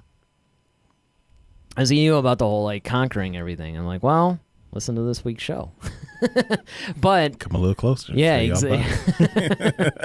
But I mean, the main thing though is that we don't really know. You know, I mean, because it's like you pointed out, you have to conquer whoever had it last in order to get it. So it's really going to be, and I think this might be another element that they're going to explore in the second season, because there's no way they're going to show him igniting that thing at the end of the first and then just be like, well, you know, had that be an unanswered question. Well, yeah, man, and like you said, I think Mandalorian Season 2 is really going to start getting into depth about the lore of the Mandalorians and their whole culture, how things happen, and I think that's where you need Sabine, because the Wren family was actually a big part of the Mandalorian hierarchy. And so you have that. Of course, the Fets were kind of like the rejects. They really weren't Mandalorians. So they're parading around. And like I said, I've been watching Rebels. So, you know, you had Death Watch and you have all these different factions within So you the culture. Did you run across the whole episode yet where Boba Fett was trying to kill Mace Windu? No. Oh, man. That was so cool. Yeah, the one was like, yeah, I kind of get the thing. I think it's coming up though. It is. I think I'm actually on the episode now. Actually. Yeah, it should be coming up, because it was like that's when Aura Singh comes in. Yep, I'm on the episode. And Boba Fett's like with them. Like that's tonight. Probably when I get home, I'm probably going to see that episode. Yeah, I think it was like a 2 or 3 story arc where he's trying to kill Mace Windu, and it's so funny to me. Yeah, especially because Mace is just like, okay, yeah, I get it. I understand, but you know, I mean, it was when he was talking to Anakin, he was like, well, he was like, yeah, you know, I killed his father, and you know, Anakin's like, oh yeah, I heard about that or something, and I mean, it was just pretty cool to watch that whole, and that's the kind of stuff I really like in Star Wars when they do that, and this is what I wish they would do more of. Yeah, and that's follow up on previous story arcs. Yeah. Even if they're more subplots, because sometimes to me the subplots are way more interesting, you know, than some of the other ones, because you think about things like that. Mm-hmm. Well, you know Boba Fett's going to hate the Jedi, and specifically Mace. I mean, you watched him lop his dad's head off. Yeah, he's like Barry Bonds with that thing. Yeah. You know, and I mean, Mace is pretty unapologetic about it, which you can understand why. I mean, it's not like, man, it's you know. war, dude. Like, yeah, and then to mention, it's not like Mace didn't give everybody a chance to surrender. Yeah. He tried. Yep. You know, it's like, you know, you poke the bear. The bear has a lightsaber, and he's going to use it. I mean, it's just one of those things that I think that if they get into some of these things, which is what I'm hoping happens in Mandalorian Season 2, where it is about some of the things that they brought up in Clone Wars, but maybe they didn't explore it as much as they could have. Now, granted, I mean, in 20-some minutes, they're not going to have that much time, but they actually got into a lot of really cool themes in the first one. Definitely. You know, the first season, that I thought was really... I thought they did manage the time very well, even though I really felt like it should have been a 45-minute show. Well, man, just how they flesh the whole series, how the whole story kind of fleshes out. You know, when you're seeing like how Palpatine is really like moving the pieces on the board, and okay, I need this group to kind of take out that person. I need you to go over here and start that, and it's all, and you know, like there's times where his plans are kind of foiled, but then he still has like, I'm not really worried about that because I got something else I got going too. So it's like, okay, they won that one. Because you think it's like a big thing. It's like, oh, well, they took Mandalore from him. Damn, that's got to be. And he doesn't seem at least a bit upset about it. He's just like, okay, well, cool. I got this other thing. It's just like. Well, and how he'll act like, he's somewhat helpless or something. Like, did you run across the episode yet with that, like, big giant creature that has the scales or whatever that's impervious to lightsabers and so they had to try to take it down, and then the creature really hated Palpatine, so it kept going after him? No, I didn't see that one. Well, what's funny is that Filoni referred to that episode in, I think, one of the gallery things, and he was talking about how that was like the Godzilla. He was really into Godzilla, so Lucas let him do that episode. And then I ended up running into that episode when I'm rewatching Clone Wars, which is really hilarious. But what's funny about it is, so, he promises, of course, that he's going to take the thing captive and be cool. But then, of course, he tells the doctor, like, yeah, kill it, take its armor so we can use it for our clone troopers. And then, of course, he spins it, in such a way that it makes it sound like, oh, well, I had to do it and whatever. But what amazes me about Palpatine, and this is the point, is the fact that he'll act like he's completely helpless and he needs the help of and he's actually in like these perilous situations, and it always amazes me that he never feels a need like, okay, I could actually die if I don't do something, because that there's so many times that he just wants to unleash a volley of force lightning and just or these guys will like come at him like, I mean, they have no idea who he really is. And they just think he's some like little politician or whatever. It's like, well, I think I think the situation is like whenever, I think he knows that, okay, if ever he's in danger, they're always going to send either Obi-Wan, Mace, Anakin, or Yoda. I also think it's funny how he's always trying to get Obi-Wan killed. Oh, yeah. You notice that? Oh, yeah. He's like, send Obi-Wan. And it's like some totally dangerous, like crazy mission. And you're like, dude. Yeah, because he knows he's in the way. It's like, if Obi-Wan's out of the way, it's a...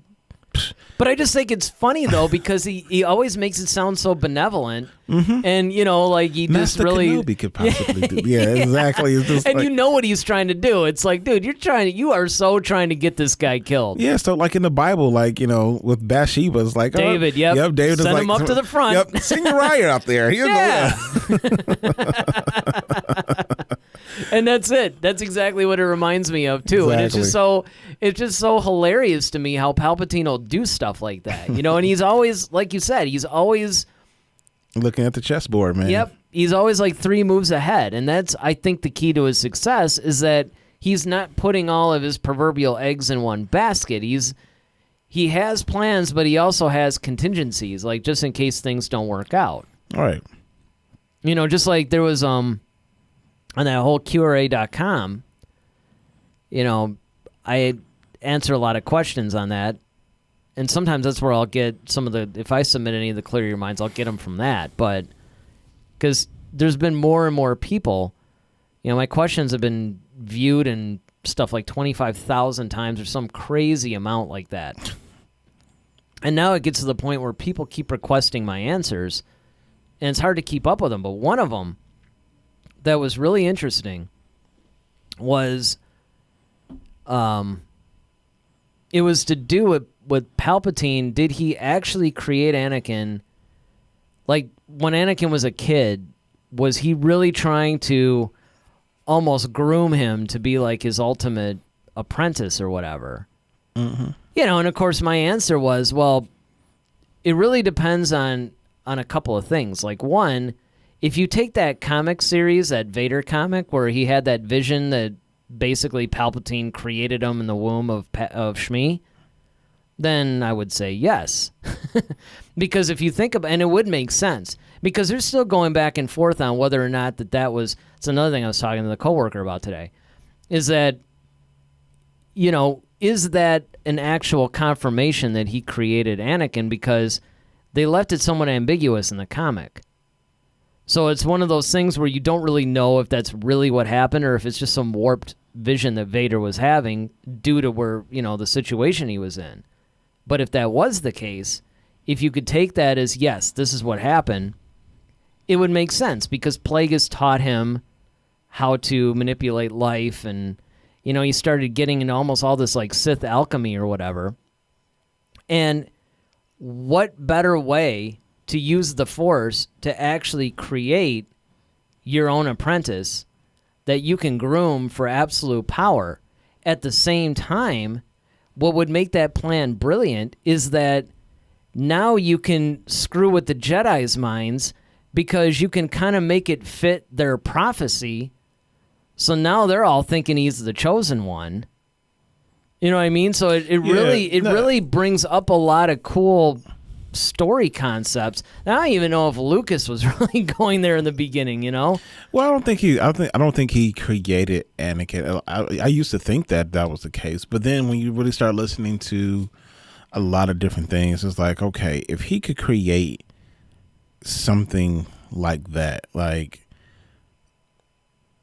one, you will almost surmise that like he will automatically be dark just to begin with.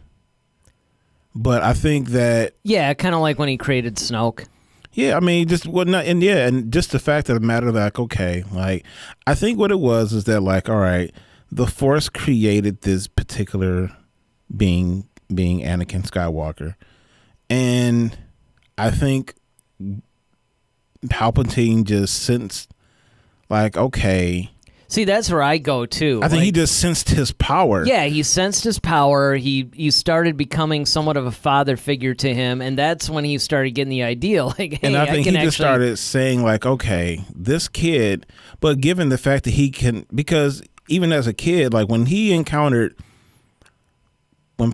encountered Anakin, the fact that this little kid, you know, was able to blow up this whole space station. You know, it's like, okay, piloting a ship, like, that's odd. That's extremely odd that this, like, 8-year-old is basically, that's almost like saying, like, an 8-year-old can get in, like, a Charger or something and win, like, a NASCAR race or something. Like, that just doesn't happen. So, when you look at it from that standpoint, that already piqued his interest. Like, okay, who are you? Mm-hmm. And why can you do this? So then, of course, now they find out that, like, okay, that same kid is being trained by the Jedi. So he's thinking, like, okay, that's why he said at Phantom Menace, we'll watch your career with great interest. Yeah, and see, that's the way that I always took it. Like, the way that you're laying it out is exactly the way that I had always taken it, too. And that would make sense because, you know, like you said, it's kind of like, okay, he's starting to sense that this guy isn't your run-of-the-mill everyday kid that's Force-sensitive. Right. And then on top of that, the other thing, too, is the fact that when you look at where he comes from, like, okay, I'm sure Palpatine, like, oh, well, who's that boy? And he was like, oh, he was a slave. So it's like, okay. And of course, even at that time when they were trying to decide whether he was going to be a Jedi, are we going to train this kid anyway? And he was just like, well, yeah, he has these Force abilities. They did the little a speeder test. But it was like, no, he won't be trained. I said, well, why? It's like, well, because we still sense a lot of anger and fear in him. Well, if they sense it, you know, yeah, Palpatine exactly. sensed Palpatine that. Probably sensed it. Because that's all dark side anyway. But so see, that makes me wonder, though. You got to wonder, like, let's just say that the Jedi Council decided not to train him. Mm-hmm. You got to wonder if Palpatine would have just gotten a hold of him then. Oh, yeah. He probably would try to adopt him as a son or something. Absolutely. Like, you know what? You know, this young man is, you know, he did us a great deal, he served a great thing to the Republic by blowing up the ship, and he has no family. Well, you know, I've never had a child. I would like to take him under my wing, and maybe he'll grow up to be a politician one day. And of course, that's how he will play it. And the whole time, he's like, you know, he's like, exactly. Okay, from thenceforth, you're in preschool, you are pre-Darth Vader. You know, so it's like, so now, of course, he has, and the cool thing is, unlike any other of the Sith Lords that at least we know that has come under Palpatine's tutelage, it's no one that he had to really, like, he's been grooming him since well, that's the thing. a child, it's like versus like Maul was already an adult. Right. Tyrannus was already an adult, so That's the thing. It's like Palpatine was actually a father figure. Yeah. Which is why when a lot of people bring up that, Palpatine would usually leave these guys for dead, he was like all concerned. He flew to Mustafar. He actually, did like a little force heal kind of thing, brought him back, put him in a suit. I mean, there was a little bit of punishment because he is kind of evil, but it did show like there's a little bit of a different relationship that he had with Vader versus all the other Sith Lords. Well, I think the only reason why he did that was because he knew the power he had. Well, yeah, plus the investment. Yeah, it was like, well, no one else was like, okay, you got to think about it. Like, who else was going to have this power? Because it's before then, that's why he really wanted Luke later on. It was because he was like, oh, I get to have your kid who he has all his limbs and everything like that. Well, and he's kind of. Well, mostly, yeah. Yeah, I forgot about the little hand thing. But mostly.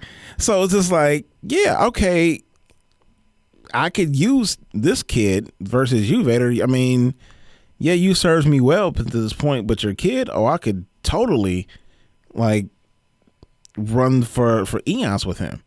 Well, yeah, and then, of course, you have Vader on the other hand, trying to get Luke to join him and rise up against Palpatine, which is kind of interesting, too.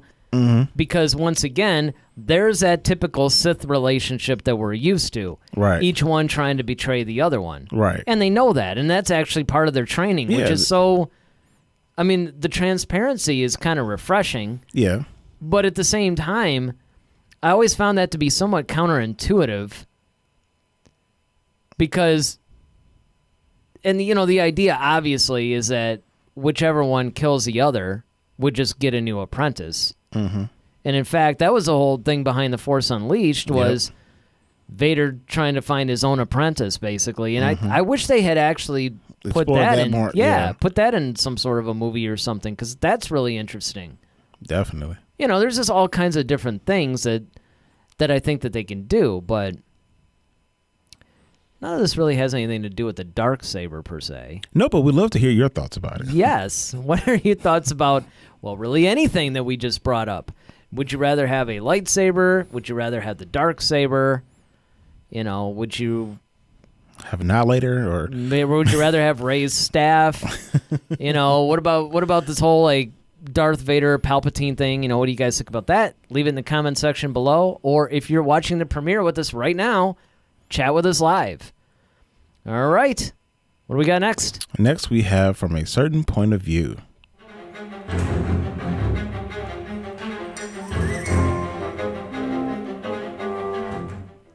Oh, this is the topic. This is the one, like we always say every week. When you guys see the main topic listed in the title of the show, this is the one. Yep, here we are. All right, so this week, From a Certain Point of View, will Luke Skywalker be in The Mandalorian Season 2? Or season first, period. Well, yeah. Series period. Yeah, like in the series. I mean, might as well be in Season 2. I mean, yeah. A lot of it depends, though, because I was wondering, when you presented this article to me, I'm like, how on earth are they going to try to put Luke in there? But it was an interesting connection that they made. Mm-hmm. Yeah, so the connection that Eric is referring to is the Darksaber, as we just got finished discussing. So Eric aforementioned that in order to actually acquire the Darksaber, you have to defeat your opponent in combat. And that's one of the ways. Another ways is actually getting passed down from leader to leader, I guess, if you want to say it that way. Yeah, kind of handed down or whatever. Yeah. So the whole thing is that Moff Gideon brandished the Darksaber at the end of Mandalorian Season 1, but can he really truly claim ownership of the legendary weapon that was constructed by the first Mandalorian Jedi? So there's pieces to the history that are missing, but upon reading some of the weapons code could reveal a surprising true owner who might turn up in The Mandalorian this fall, Luke Skywalker. So the reason how they got to that point is, I believe, let's see, Pre Vizsla was killed by Darth Maul, who claimed both the weapon and the leadership of the Mandalorian faction Death Watch. Maul loses the Darksaber and it's claimed by Sabine Wren, but she didn't kill Maul. So who did? Obi-Wan Kenobi. Obi-Wan legally owned the lightsaber, and it was passed down. It was supposed to be then passed down to Anakin, but of course Anakin was already Darth. Yeah, but I think this is kind of a stretch, though, man. Because now it goes to Luke. Yeah, now we don't have any kind of canonical reference of Obi-Wan ever truly obtaining the Darksaber, right? That you're aware of? No, not that we can definitely say. I mean, maybe somebody out there, you guys want to, hey, if you're chatting with us, let us know. If you're doing this, let us know in the comment section if you're watching this later. But I don't think, this feels like a stretch to me. This is like one of those fanboy dreams that, they start making these weird, this is where you become more of a fan than I think we are. Because here's how this mindset works. What these people basically will do is they say something to the effect of, man, it'd be cool if Luke Skywalker showed up in The Mandalorian. Well, how would that happen? How would that happen? So then they concoct this whole weird story. The conspiracy theorists. Yeah, that's pretty much what it is, right? Because, I mean, it's such a stretch. I mean, look, I'm hanging with this up to the point of Sabine. Because that we have definite reference of. Mm-hmm. But the whole idea that, okay, I can't really even hang on the fact that, okay, Obi-Wan kills Maul. But when Obi-Wan killed Maul, though, it wasn't like he was wielding the Darksaber at the time. No. I mean, who knows where the Darksaber was at this point? What's Obi-Wan going to do? Go to Maul's hut or whatever and or his ship. Start rummaging through? Yeah, exactly. And I don't... it just doesn't seem like, and again, this is one of those dangers of when you have something like Star Wars, and this is what makes it different from Marvel and everything else, is that you got to remember, all this came from the mind of one guy. True. Okay, if he didn't think of it, it wasn't happening. And so what's happened is, of course, other people were allowed to play in the sandbox. Then he sold the house that had the sandbox on it, and they changed the locks and wouldn't let him in, right? Now everybody's playing in the sandbox, and they're all trying to do this whole revisionist history thing. Now, I'm not saying that, it's not an illogical path. True. It's just, why would he give it to Luke even if I don't know. The only thing I can possibly say, and where this to me would make more sense, I would say, is this is taking place post Return of the Jedi. Mm-hmm. So, as we know, from when we get to Force Awakens, Luke has definitely, been scouring, the galaxy for various artifacts, much like his nephew Kylo. He's got a little that Indiana Jones thing at him. So, yeah, it's a good point. I could see. It actually kind of turned into like this Jedi Indiana Jones. So I could see if, okay, he reads about the Mandalorian Jedi and there's a Darksaber, maybe he wants to find it. Okay. He finds out that, Moff Gideon has it, who's in the Empire. He shouldn't have it. Only Jedi are supposed to have lightsabers, or unless you're a Sith, which he's neither. So I could see Luke trying to acquire it. Yeah, now if you want to... that would make more sense. If you want to sell me the idea that sometime maybe 10, 15, 20 years before The Force Awakens, that, yeah, he was off, or maybe he stumbled on it and was like, oh, I wonder what this is, and then he found out what it was. Either way. But you would think that it being such a prized, treasured thing to the Mandalorians, mm-hmm. and the Mandalorians are still around, that they'd be looking for this thing. That's why it surprises me that Gideon has it, and it makes you wonder. That's something that has to be answered, I said earlier in Season 2, is you got to tell me how this Moff... acquired this weapon. Yeah, acquired this. Yeah, and like I said, more than likely it's by force. More than likely they were looking around, or took over some planets or whatever. Well, maybe Mandalore itself. Yeah, that's what I'm saying. The Empire did conquer them, so yeah, you do have that. But I just think that, and And this is the thing, too. It's kind of like going by your theory, though. You're talking about, okay, Luke is basically like almost a Jedi archaeologist trying to find all this stuff out. I don't think he was at that point yet in just after 6. Well, yeah, like I said, but this takes place, Mandalorian takes place, 5 years after the events of Return of the Jedi. Right. Well, so, that is. If you're trying to rebuild the Jedi Temple, you're finding out all this different stuff. Okay, so you're saying that maybe he's flying around trying to find out where he wants to train new Jedi. New Jedi text. He's trying to find holocrons. He's trying to find all the information. Gather all the information so he can properly disseminate information to the new order. So this is what they're saying. Pre Vizsla was killed by Darth Maul, who claims both the weapon and the leadership of the Mandalorian faction Death Watch. Maul loses the lightsaber and it's claimed by Sabine Wren, but she didn't kill Maul, so who did? Obi-Wan Kenobi. Obi-Wan Kenobi. If Obi-Wan legally owned the Darksaber, then it was passed to Anakin Skywalker / Darth Vader when he cut his old master down in A New Hope.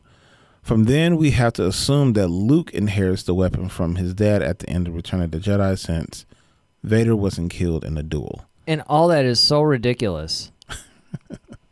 It's just so stupid. Like Obi-Wan, when his little robe disappeared, what was the Darksaber just like in there somewhere? Was he stashing it in his underwear before?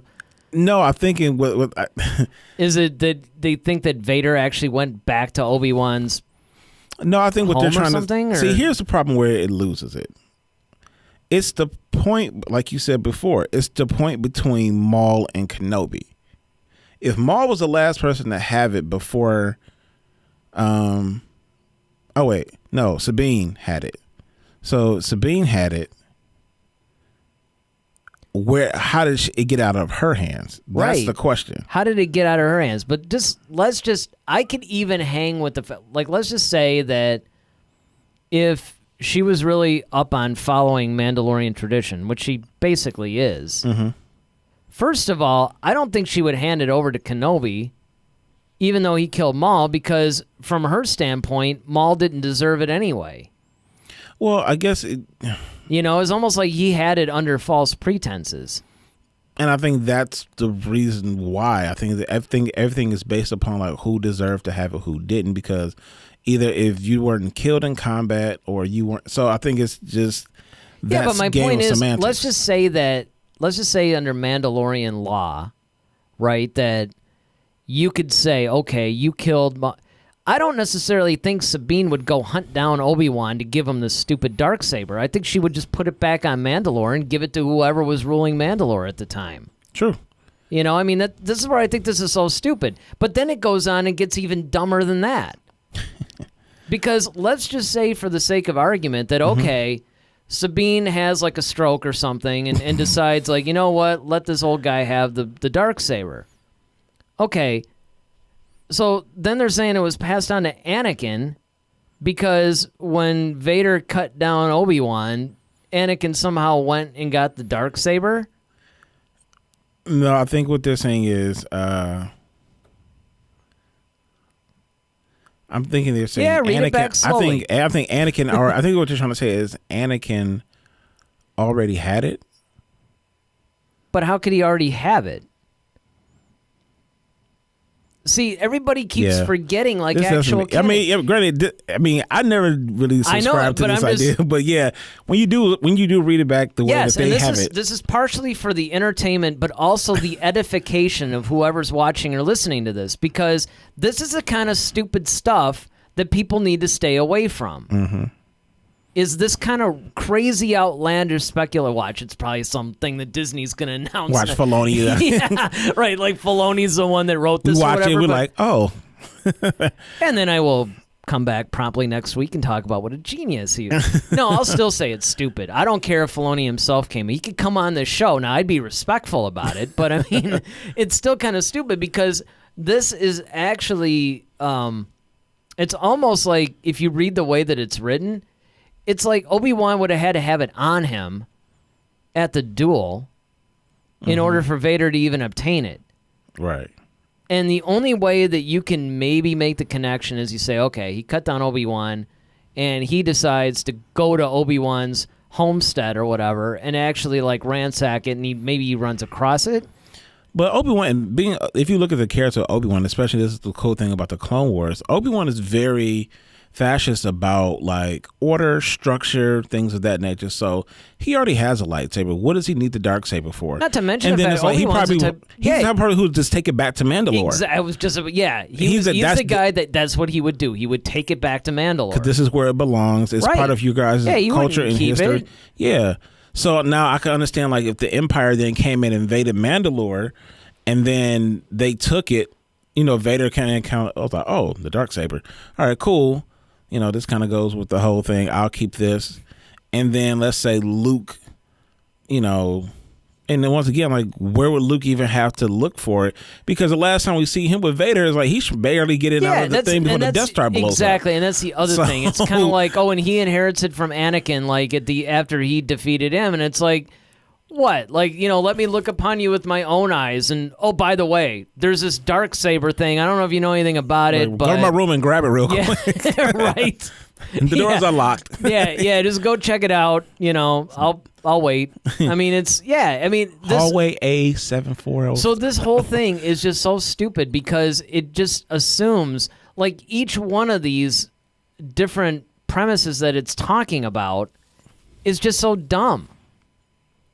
I don't even understand why this is a thing. I mean, these are the kinds of articles that I caution people to, if not stay away from, take with an extreme grain of salt, because this makes absolutely zero sense to me. Yeah. Now, it could be presented in a way, and I don't know, maybe this is what you're about to say, but it could have been presented in a way that, if you want to make these kind of connections, state it a little bit more logically. Yeah.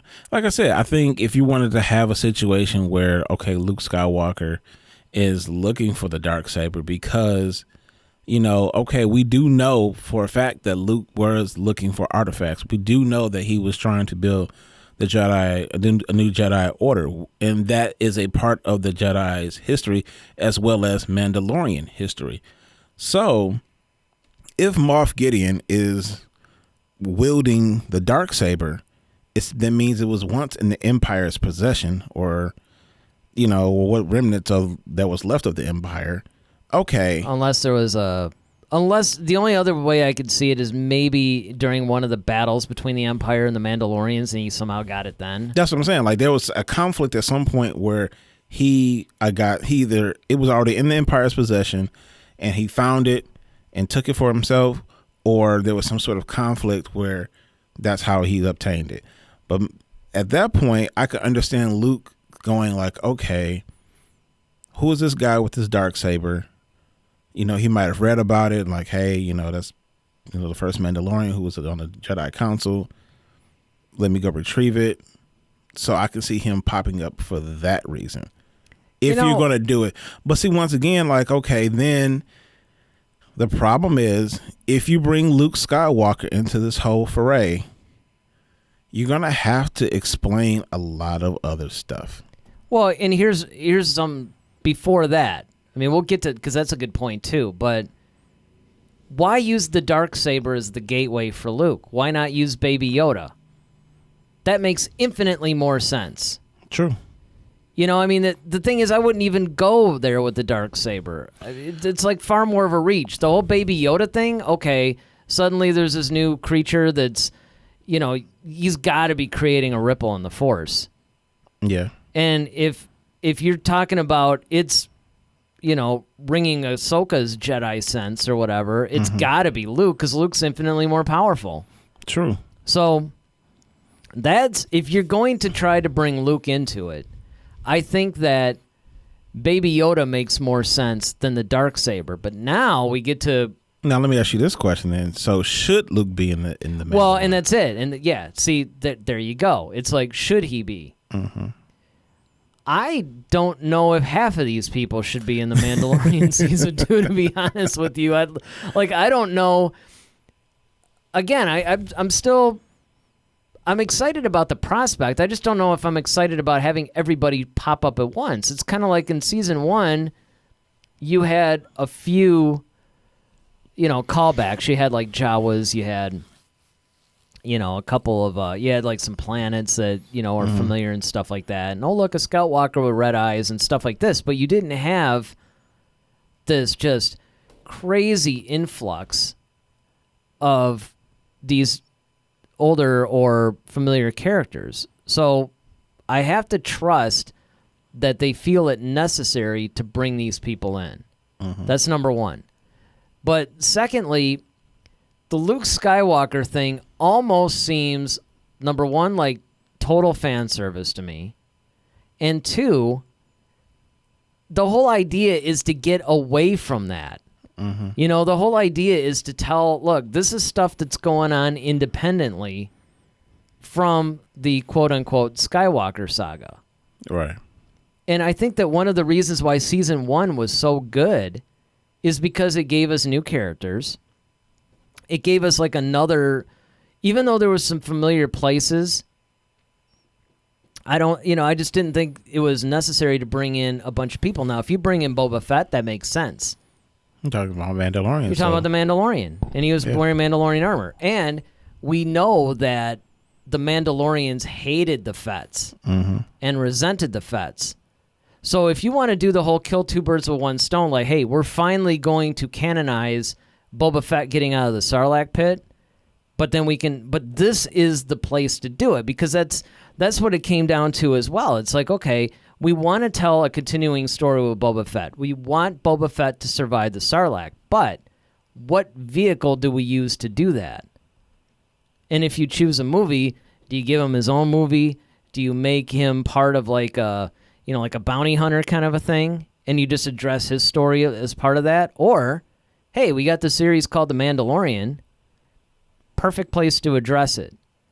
Luke Skywalker, on the other hand, I don't think that he necessarily has to be in the movie.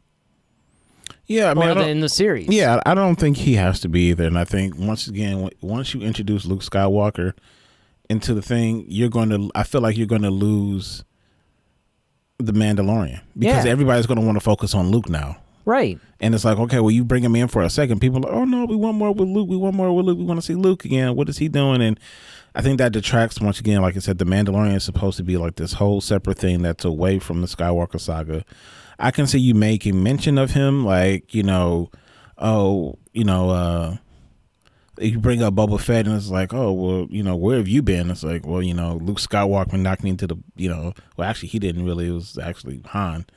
But, I can understand, like, if he's made mention of, or, yeah, when Luke Skywalker, and the rest of the rebellion, blew up the Death Star, I can understand you making mention of him, because it's like, I don't see how you can not mention him in this time period, because of the fact that it's like, all right, he was at the forefront once again of all of this. And this is the point too, is the fact that, and this goes into what I was thinking about while you're bringing all this stuff up, and that is, it wouldn't be bad to bring him in if he had like a cameo, simply because as soon as you brought the Force back in with Baby Yoda, that opens the door for Luke. It really does. I mean, if this is going to be a Force-free series, then I would say, okay, the Luke Skywalker thing would be a shoehorn. But you can actually say, look, all the reasons that Ahsoka could come into this, you could say the same thing about Luke. And as you pointed out, he was kind of at the forefront of all this. Well, yeah, I mean, if you bring Ahsoka in there, who's a Force user, who knew Yoda, who knows the species, so she's there. Who was Luke's dad's apprentice. So, yeah. And then it's like, okay, so then now it's like, got to bring attention to him. So then it's like, okay, well, you got to figure out, okay, well, who would know anything about this species? The only one reasonably who was still around, who wouldn't actually know, are Luke and Sabine. Luke and Ahsoka. Mm-hmm. That's it. But yet the geniuses that wrote this article decided to connect it with the Darksaber. It's like, we bring up all these like really good points, like, this is the way that you bring, this is the way. This is how you bring Luke in. I have spoken. All right. I mean, it's just one of those things that I always thought that, and again, I understand that you do have somewhat of a tug of war going here, right? Because you have, on one hand, you're trying to get away from the Skywalker thing. But on the other hand, even if you're around the perimeters of the whole storyline itself, it's almost like, well, it does make sense if you want to bring him in. Especially, like I said, but the Force, they kind of open the door because he's like the only real, true Force user. I mean, of course, yeah, we have Ahsoka and everything, but Luke is kind of like the focal point. Yeah. You know, and he's going to be the one. And obviously, The Force Awakens even demonstrates that. Well, really more The Last Jedi, but in a way, The Force Awakens sets it up because of the way Han was telling the whole legend of Luke and, you know, what happened and everything. And so it stands to reason. Like, I wouldn't be opposed to Luke popping up in one scene of an episode. Maybe just to connect a thread or two. But then who do you get to play him? Exactly. Do you de-age Mark Hamill? I mean, you could. I mean, actually, when he shaves his beard, he looks pretty young. So if he shaved his beard and dyed his hair, you could probably... But he's pretty much said he's done playing Luke Skywalker. I know, and that's the other thing that made me wonder about this whole article. I'm like... But, you know, if you get somebody like, you know, to play him or... you know, even in The Rise of Skywalker, was that CG? Yeah, that was a de-aging. But that wasn't actually Mark Hamill though. Well, they did a whole thing like what they did with Christopher Lee, what they did with Tarkin, what they did with everybody. Really, is that they put his face on, you know, the actor. Mm-hmm. It's almost like a deep fake kind of thing. Yeah. So I mean, if they've done, I mean, depending on how you shoot it, I mean, you could do it that way. Or what's that one guy, the dude that plays Bucky in Winter Soldier? Yeah. And Sebastian Stan? Yeah. He was always a favorite because he totally looks like a young Mark Hamill. Mm. They did like this whole side-by-side thing once, and it's pretty freaky. He could easily look like him. Mm. And he's a good actor, too, so, you know, he could probably pull that off. Because that's about the only other thing that you can do, but the only problem is that you almost run into the Alden Ehrenreich problem, where it's kind of like you have this one actor who is so defined in the role. Now, it did work on the Star Trek side of it when you brought Christopher Pine in, because he embodied enough of William Shatner's performance that you could almost see that as a younger Captain Kirk. So if you found the right guy to play Luke Skywalker and he embodied that, but the problem is you're not doing a Luke prequel. You're doing post-Return of the Jedi Luke. Mm-hmm. So I would be in favor, especially if it's just a scene or something, but then again, you're also dealing with a TV budget too. So I don't know how much money they can spend. And again, I don't think that they need to. I think actually what you were talking about wouldn't be bad, where you mention him. You know, you could even have Ahsoka like, oh yeah, I spoke to Luke through some vision or something, and or you know, I heard about Luke, and so you know, I came to find him, but you know, I couldn't find him, but I ran into you guys. You know, yeah, right? What do you need? You know, that type of situation. Mm-hmm. Like, oh, okay, yeah, you know, that would work. But what about you guys? What do you guys think? Do you think that are we going to see Luke in the series? And we're not just talking about season 2, by the way. This could be any of the future or upcoming seasons of Mandalorian. Are we going to see him in The Mandalorian? Or do you want to see him in The Mandalorian? That would be another question. Let us know right now as we're chatting with you guys live. Or if you guys are watching this at a later date other than Friday, then let us know in the comment section. All right, it's time for one of my favorite segments. Yes, it is, my friend. We get to answer your questions. And it's a segment we call Clear Your Mind. That's right. It's time to answer the questions that you guys have sent to us, because even though usually when we're live, I mean, you know, the chat thing is blowing up, we're answering questions left and right. It's like we'd still be on the Cantina if this were live, probably. I know, right? But as it happens, we also have people sending us questions every week, and we usually take a couple of those. So who's first? Let's hear from the people. All right. Let's do it.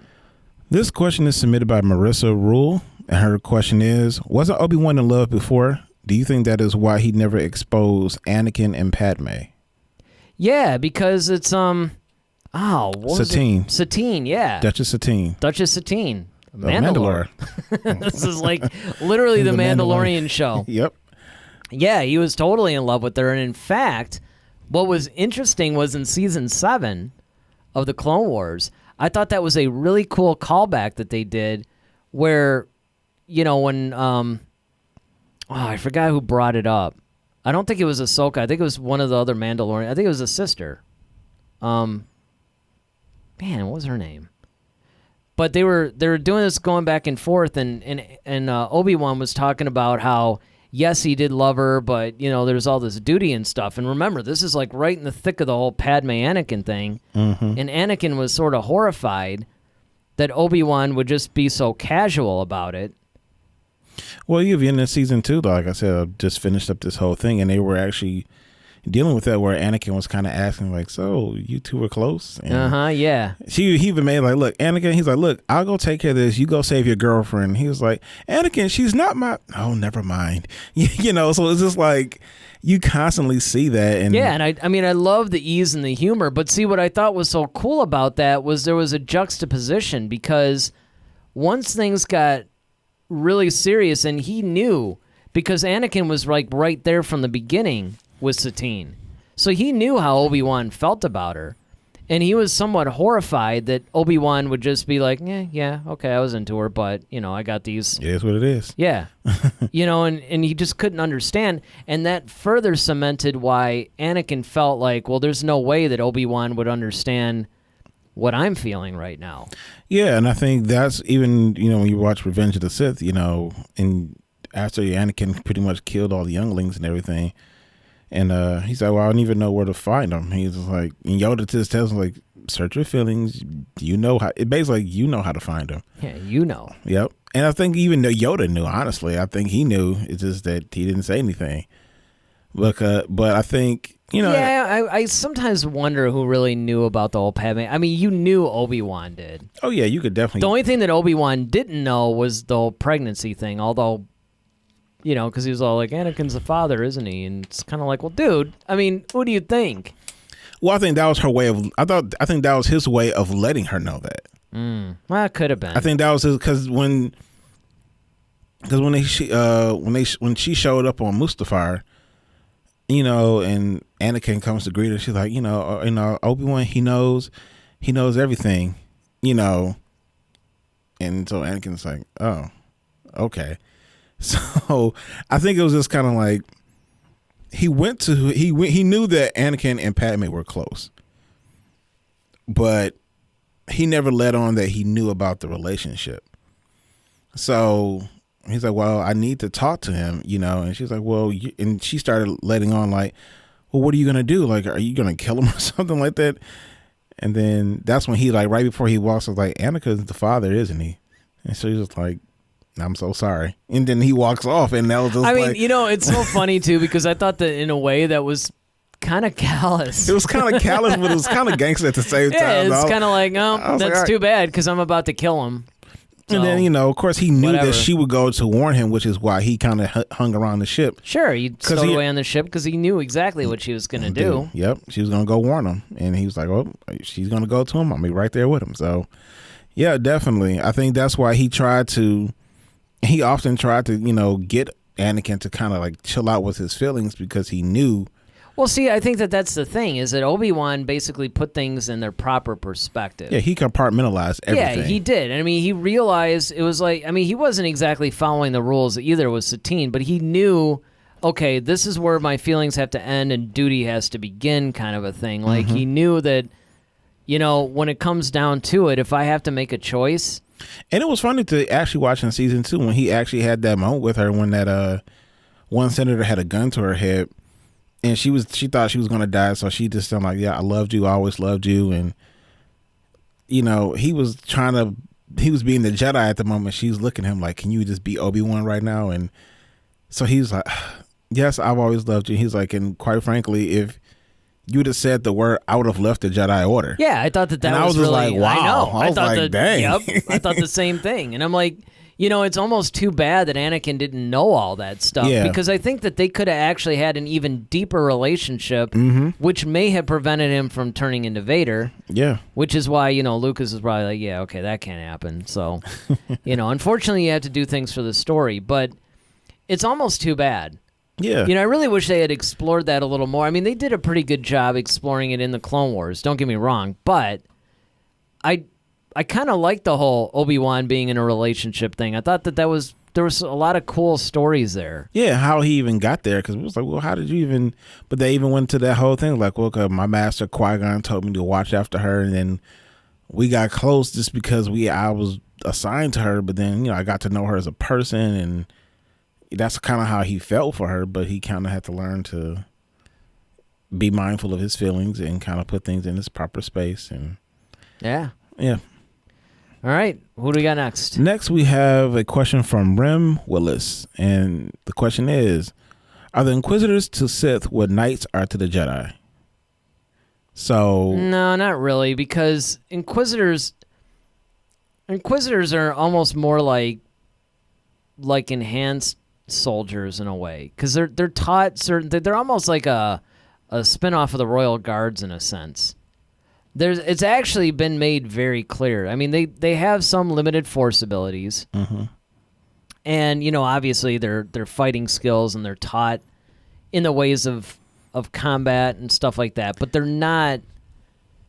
I look at Inquisitors almost as if you would call them like assassins, essentially. Yeah, that's basically what they are. It would be almost like Asajj Ventress probably would be an Inquisitor. Yeah. Oh, totally. She would completely be an Inquisitor. I mean, she sort of walked the fence because it was implied that Dooku... Because the thing that was interesting, and have you gotten any further in Jedi Lost yet? All right, well, when you do... Yes. You'll realize that... School's almost done, so I can actually finish this.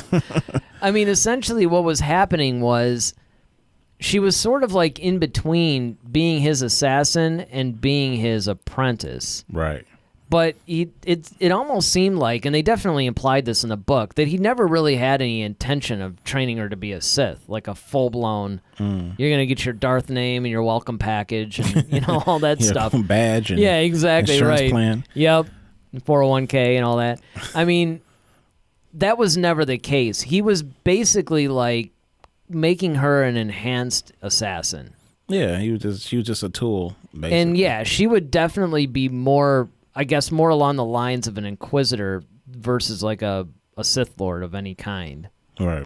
But they're not like the Knights, and you have to remember that it's not like a stage. Yeah, it's not exactly. It's not a stage in the training. Progression, That's where the Sith differ a little bit. I mean, you have like Sith acolytes, which are, almost like worshippers or fanboys or disciples. Basically. Yeah, exactly, of the Sith. But they're not. And you have to remember too that there's only two Sith at any given time. It's more of a master and apprentice. And then what happens is the apprentice either remains the apprentice or the apprentice kills the master, becomes the master, and then takes on his own apprentice, and then the rule of two continues. So yeah, there's no Sith stage like there is Jedi where it's like Padawan, Knight, Master, Grandmaster kind of thing. Here's the thing, this made me... as we were talking, this kind of popped in my head. Of course, we knew, like in Revenge of the Sith, where, there's that whole thing on that. I won't say it wasn't the bridge of the ship, but it was in that one holding area. It's almost like a throne room in itself, where Palpatine was held captive, and that's where they had the whole Dooku, Anakin, and Obi-Wan duel. Mm-hmm. Okay, so Anakin gets the best of Dooku. And, he's like, kill him now. And, of course, Dooku's like, huh? And... yeah, like, well, time out. So, I guess my question is, we knew that Palpatine really wanted to get rid of Dooku because he wanted to get Anakin, and that was, once again, another step to move Anakin closer to that to that spot because that's who he really truly wanted. So he couldn't have Dooku and Anakin, so he might as well just get rid of Dooku now. But did Dooku ever? Because I don't think Dooku ever wanted to kill Palpatine. Like we've never like. Yeah, well, there was that ever? There was talk of him being able to overthrow Palpatine. He did talk about it a little bit, even with Asajj. But yeah, I don't think it was ever, that kind of a. Because I think that Dooku always thought that he would end up, first of all, getting his home planet of Serrano, and then also just pretty much ruling. And then, there was another thing that you brought up like a week or two ago as well on one of our shows where, it was almost like he was one of the opportunists and well, I don't think he really fully evil. and I don't think he fully really understood the plan. I mean, you even hypothesized that he didn't even know that Palpatine and Sidious were the same person. No, I don't think he realized it until that moment when he said do it because his voice changed. Yeah. And that's when he realized like, oh wait, y'all the same person because, he's like, oh, Anakin, as Palpatine, but then he's like, do it. And it's like, whoa, that's... Yeah, that always kind of scared me that Ian McDiarmid can do that. Yeah. Because, that just changes, like, his whole demeanor. Like, the other thing, too, is when he's like, expressions help me. And he's like, no, you. Yeah. And I'm like, that actually was some of the scariest stuff to me is, like, when he takes on this other person and his facial expressions change. And, yeah. I could just imagine being his grandson. I'm sure that he probably has used that. That would put me in line so quick just because he sounds nuts, man. Right. It's one of those things where I'm just like, I'm not going to mess with this guy. Yeah. But you do have a point, though, that there's a possibility. I think it's basically accepted that he did know that they were the same person. But I don't know. I got to tell you, man, the more that I see the Clone Wars and the more that I see all this peripheral stuff, for lack of a better word, I'm beginning to wonder because he probably felt that Tyrannus, which is him, and Sidious were kind of like this Sith team controlling the Separatists. But then again, the other part of me, though, he knew, though, that Tyrannus, I keep saying that, Sidious, was actually part of the Senate because he keeps saying that he'll make things happen in the Senate and stuff like that. But he could have thought he was just another senator. He may not have known he was the chancellor. Mm-hmm. But that's actually an interesting point. I'm going to have to research that a little bit more. To see. I'll have to add that to... list of ever-growing but that's the kind of thing that would really be... Because that's kind of a big deal if you think about it. That's one of those big things that if you answer that question, there's a lot of other things that make a lot more sense too. Well, because it's like if you really look at things like, That's like a Pablo Hidalgo question. Yeah, definitely. But you also, like, when you listen to Maul talk about his master, it's like, okay... He knew he was kept. Maul knew he was kept in the dark about a lot of stuff. But like, did he know? Once again, that. But I don't think he knew that Palpatine was Sidious. Well, that's another thing too. That's a little bit ambiguous as well because he does talk about how, Sidious is grooming Anakin, and he seems to know that he's in some control of the government. Mm-hmm.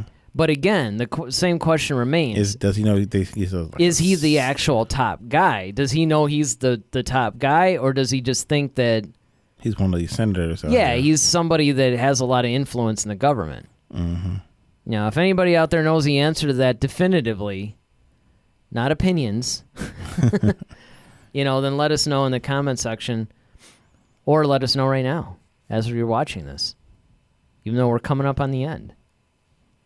But if you guys liked what you saw and, you thought this was cool and you want to know when, we're going to be live here for the most part when I don't have to work every Friday at 8 o'clock. Even if we're not live, though, we're always going to have an episode Friday at 8, so you can always check us out. You can, hit us up on our social media, Facebook, Twitter, Instagram, at headtoheadsw.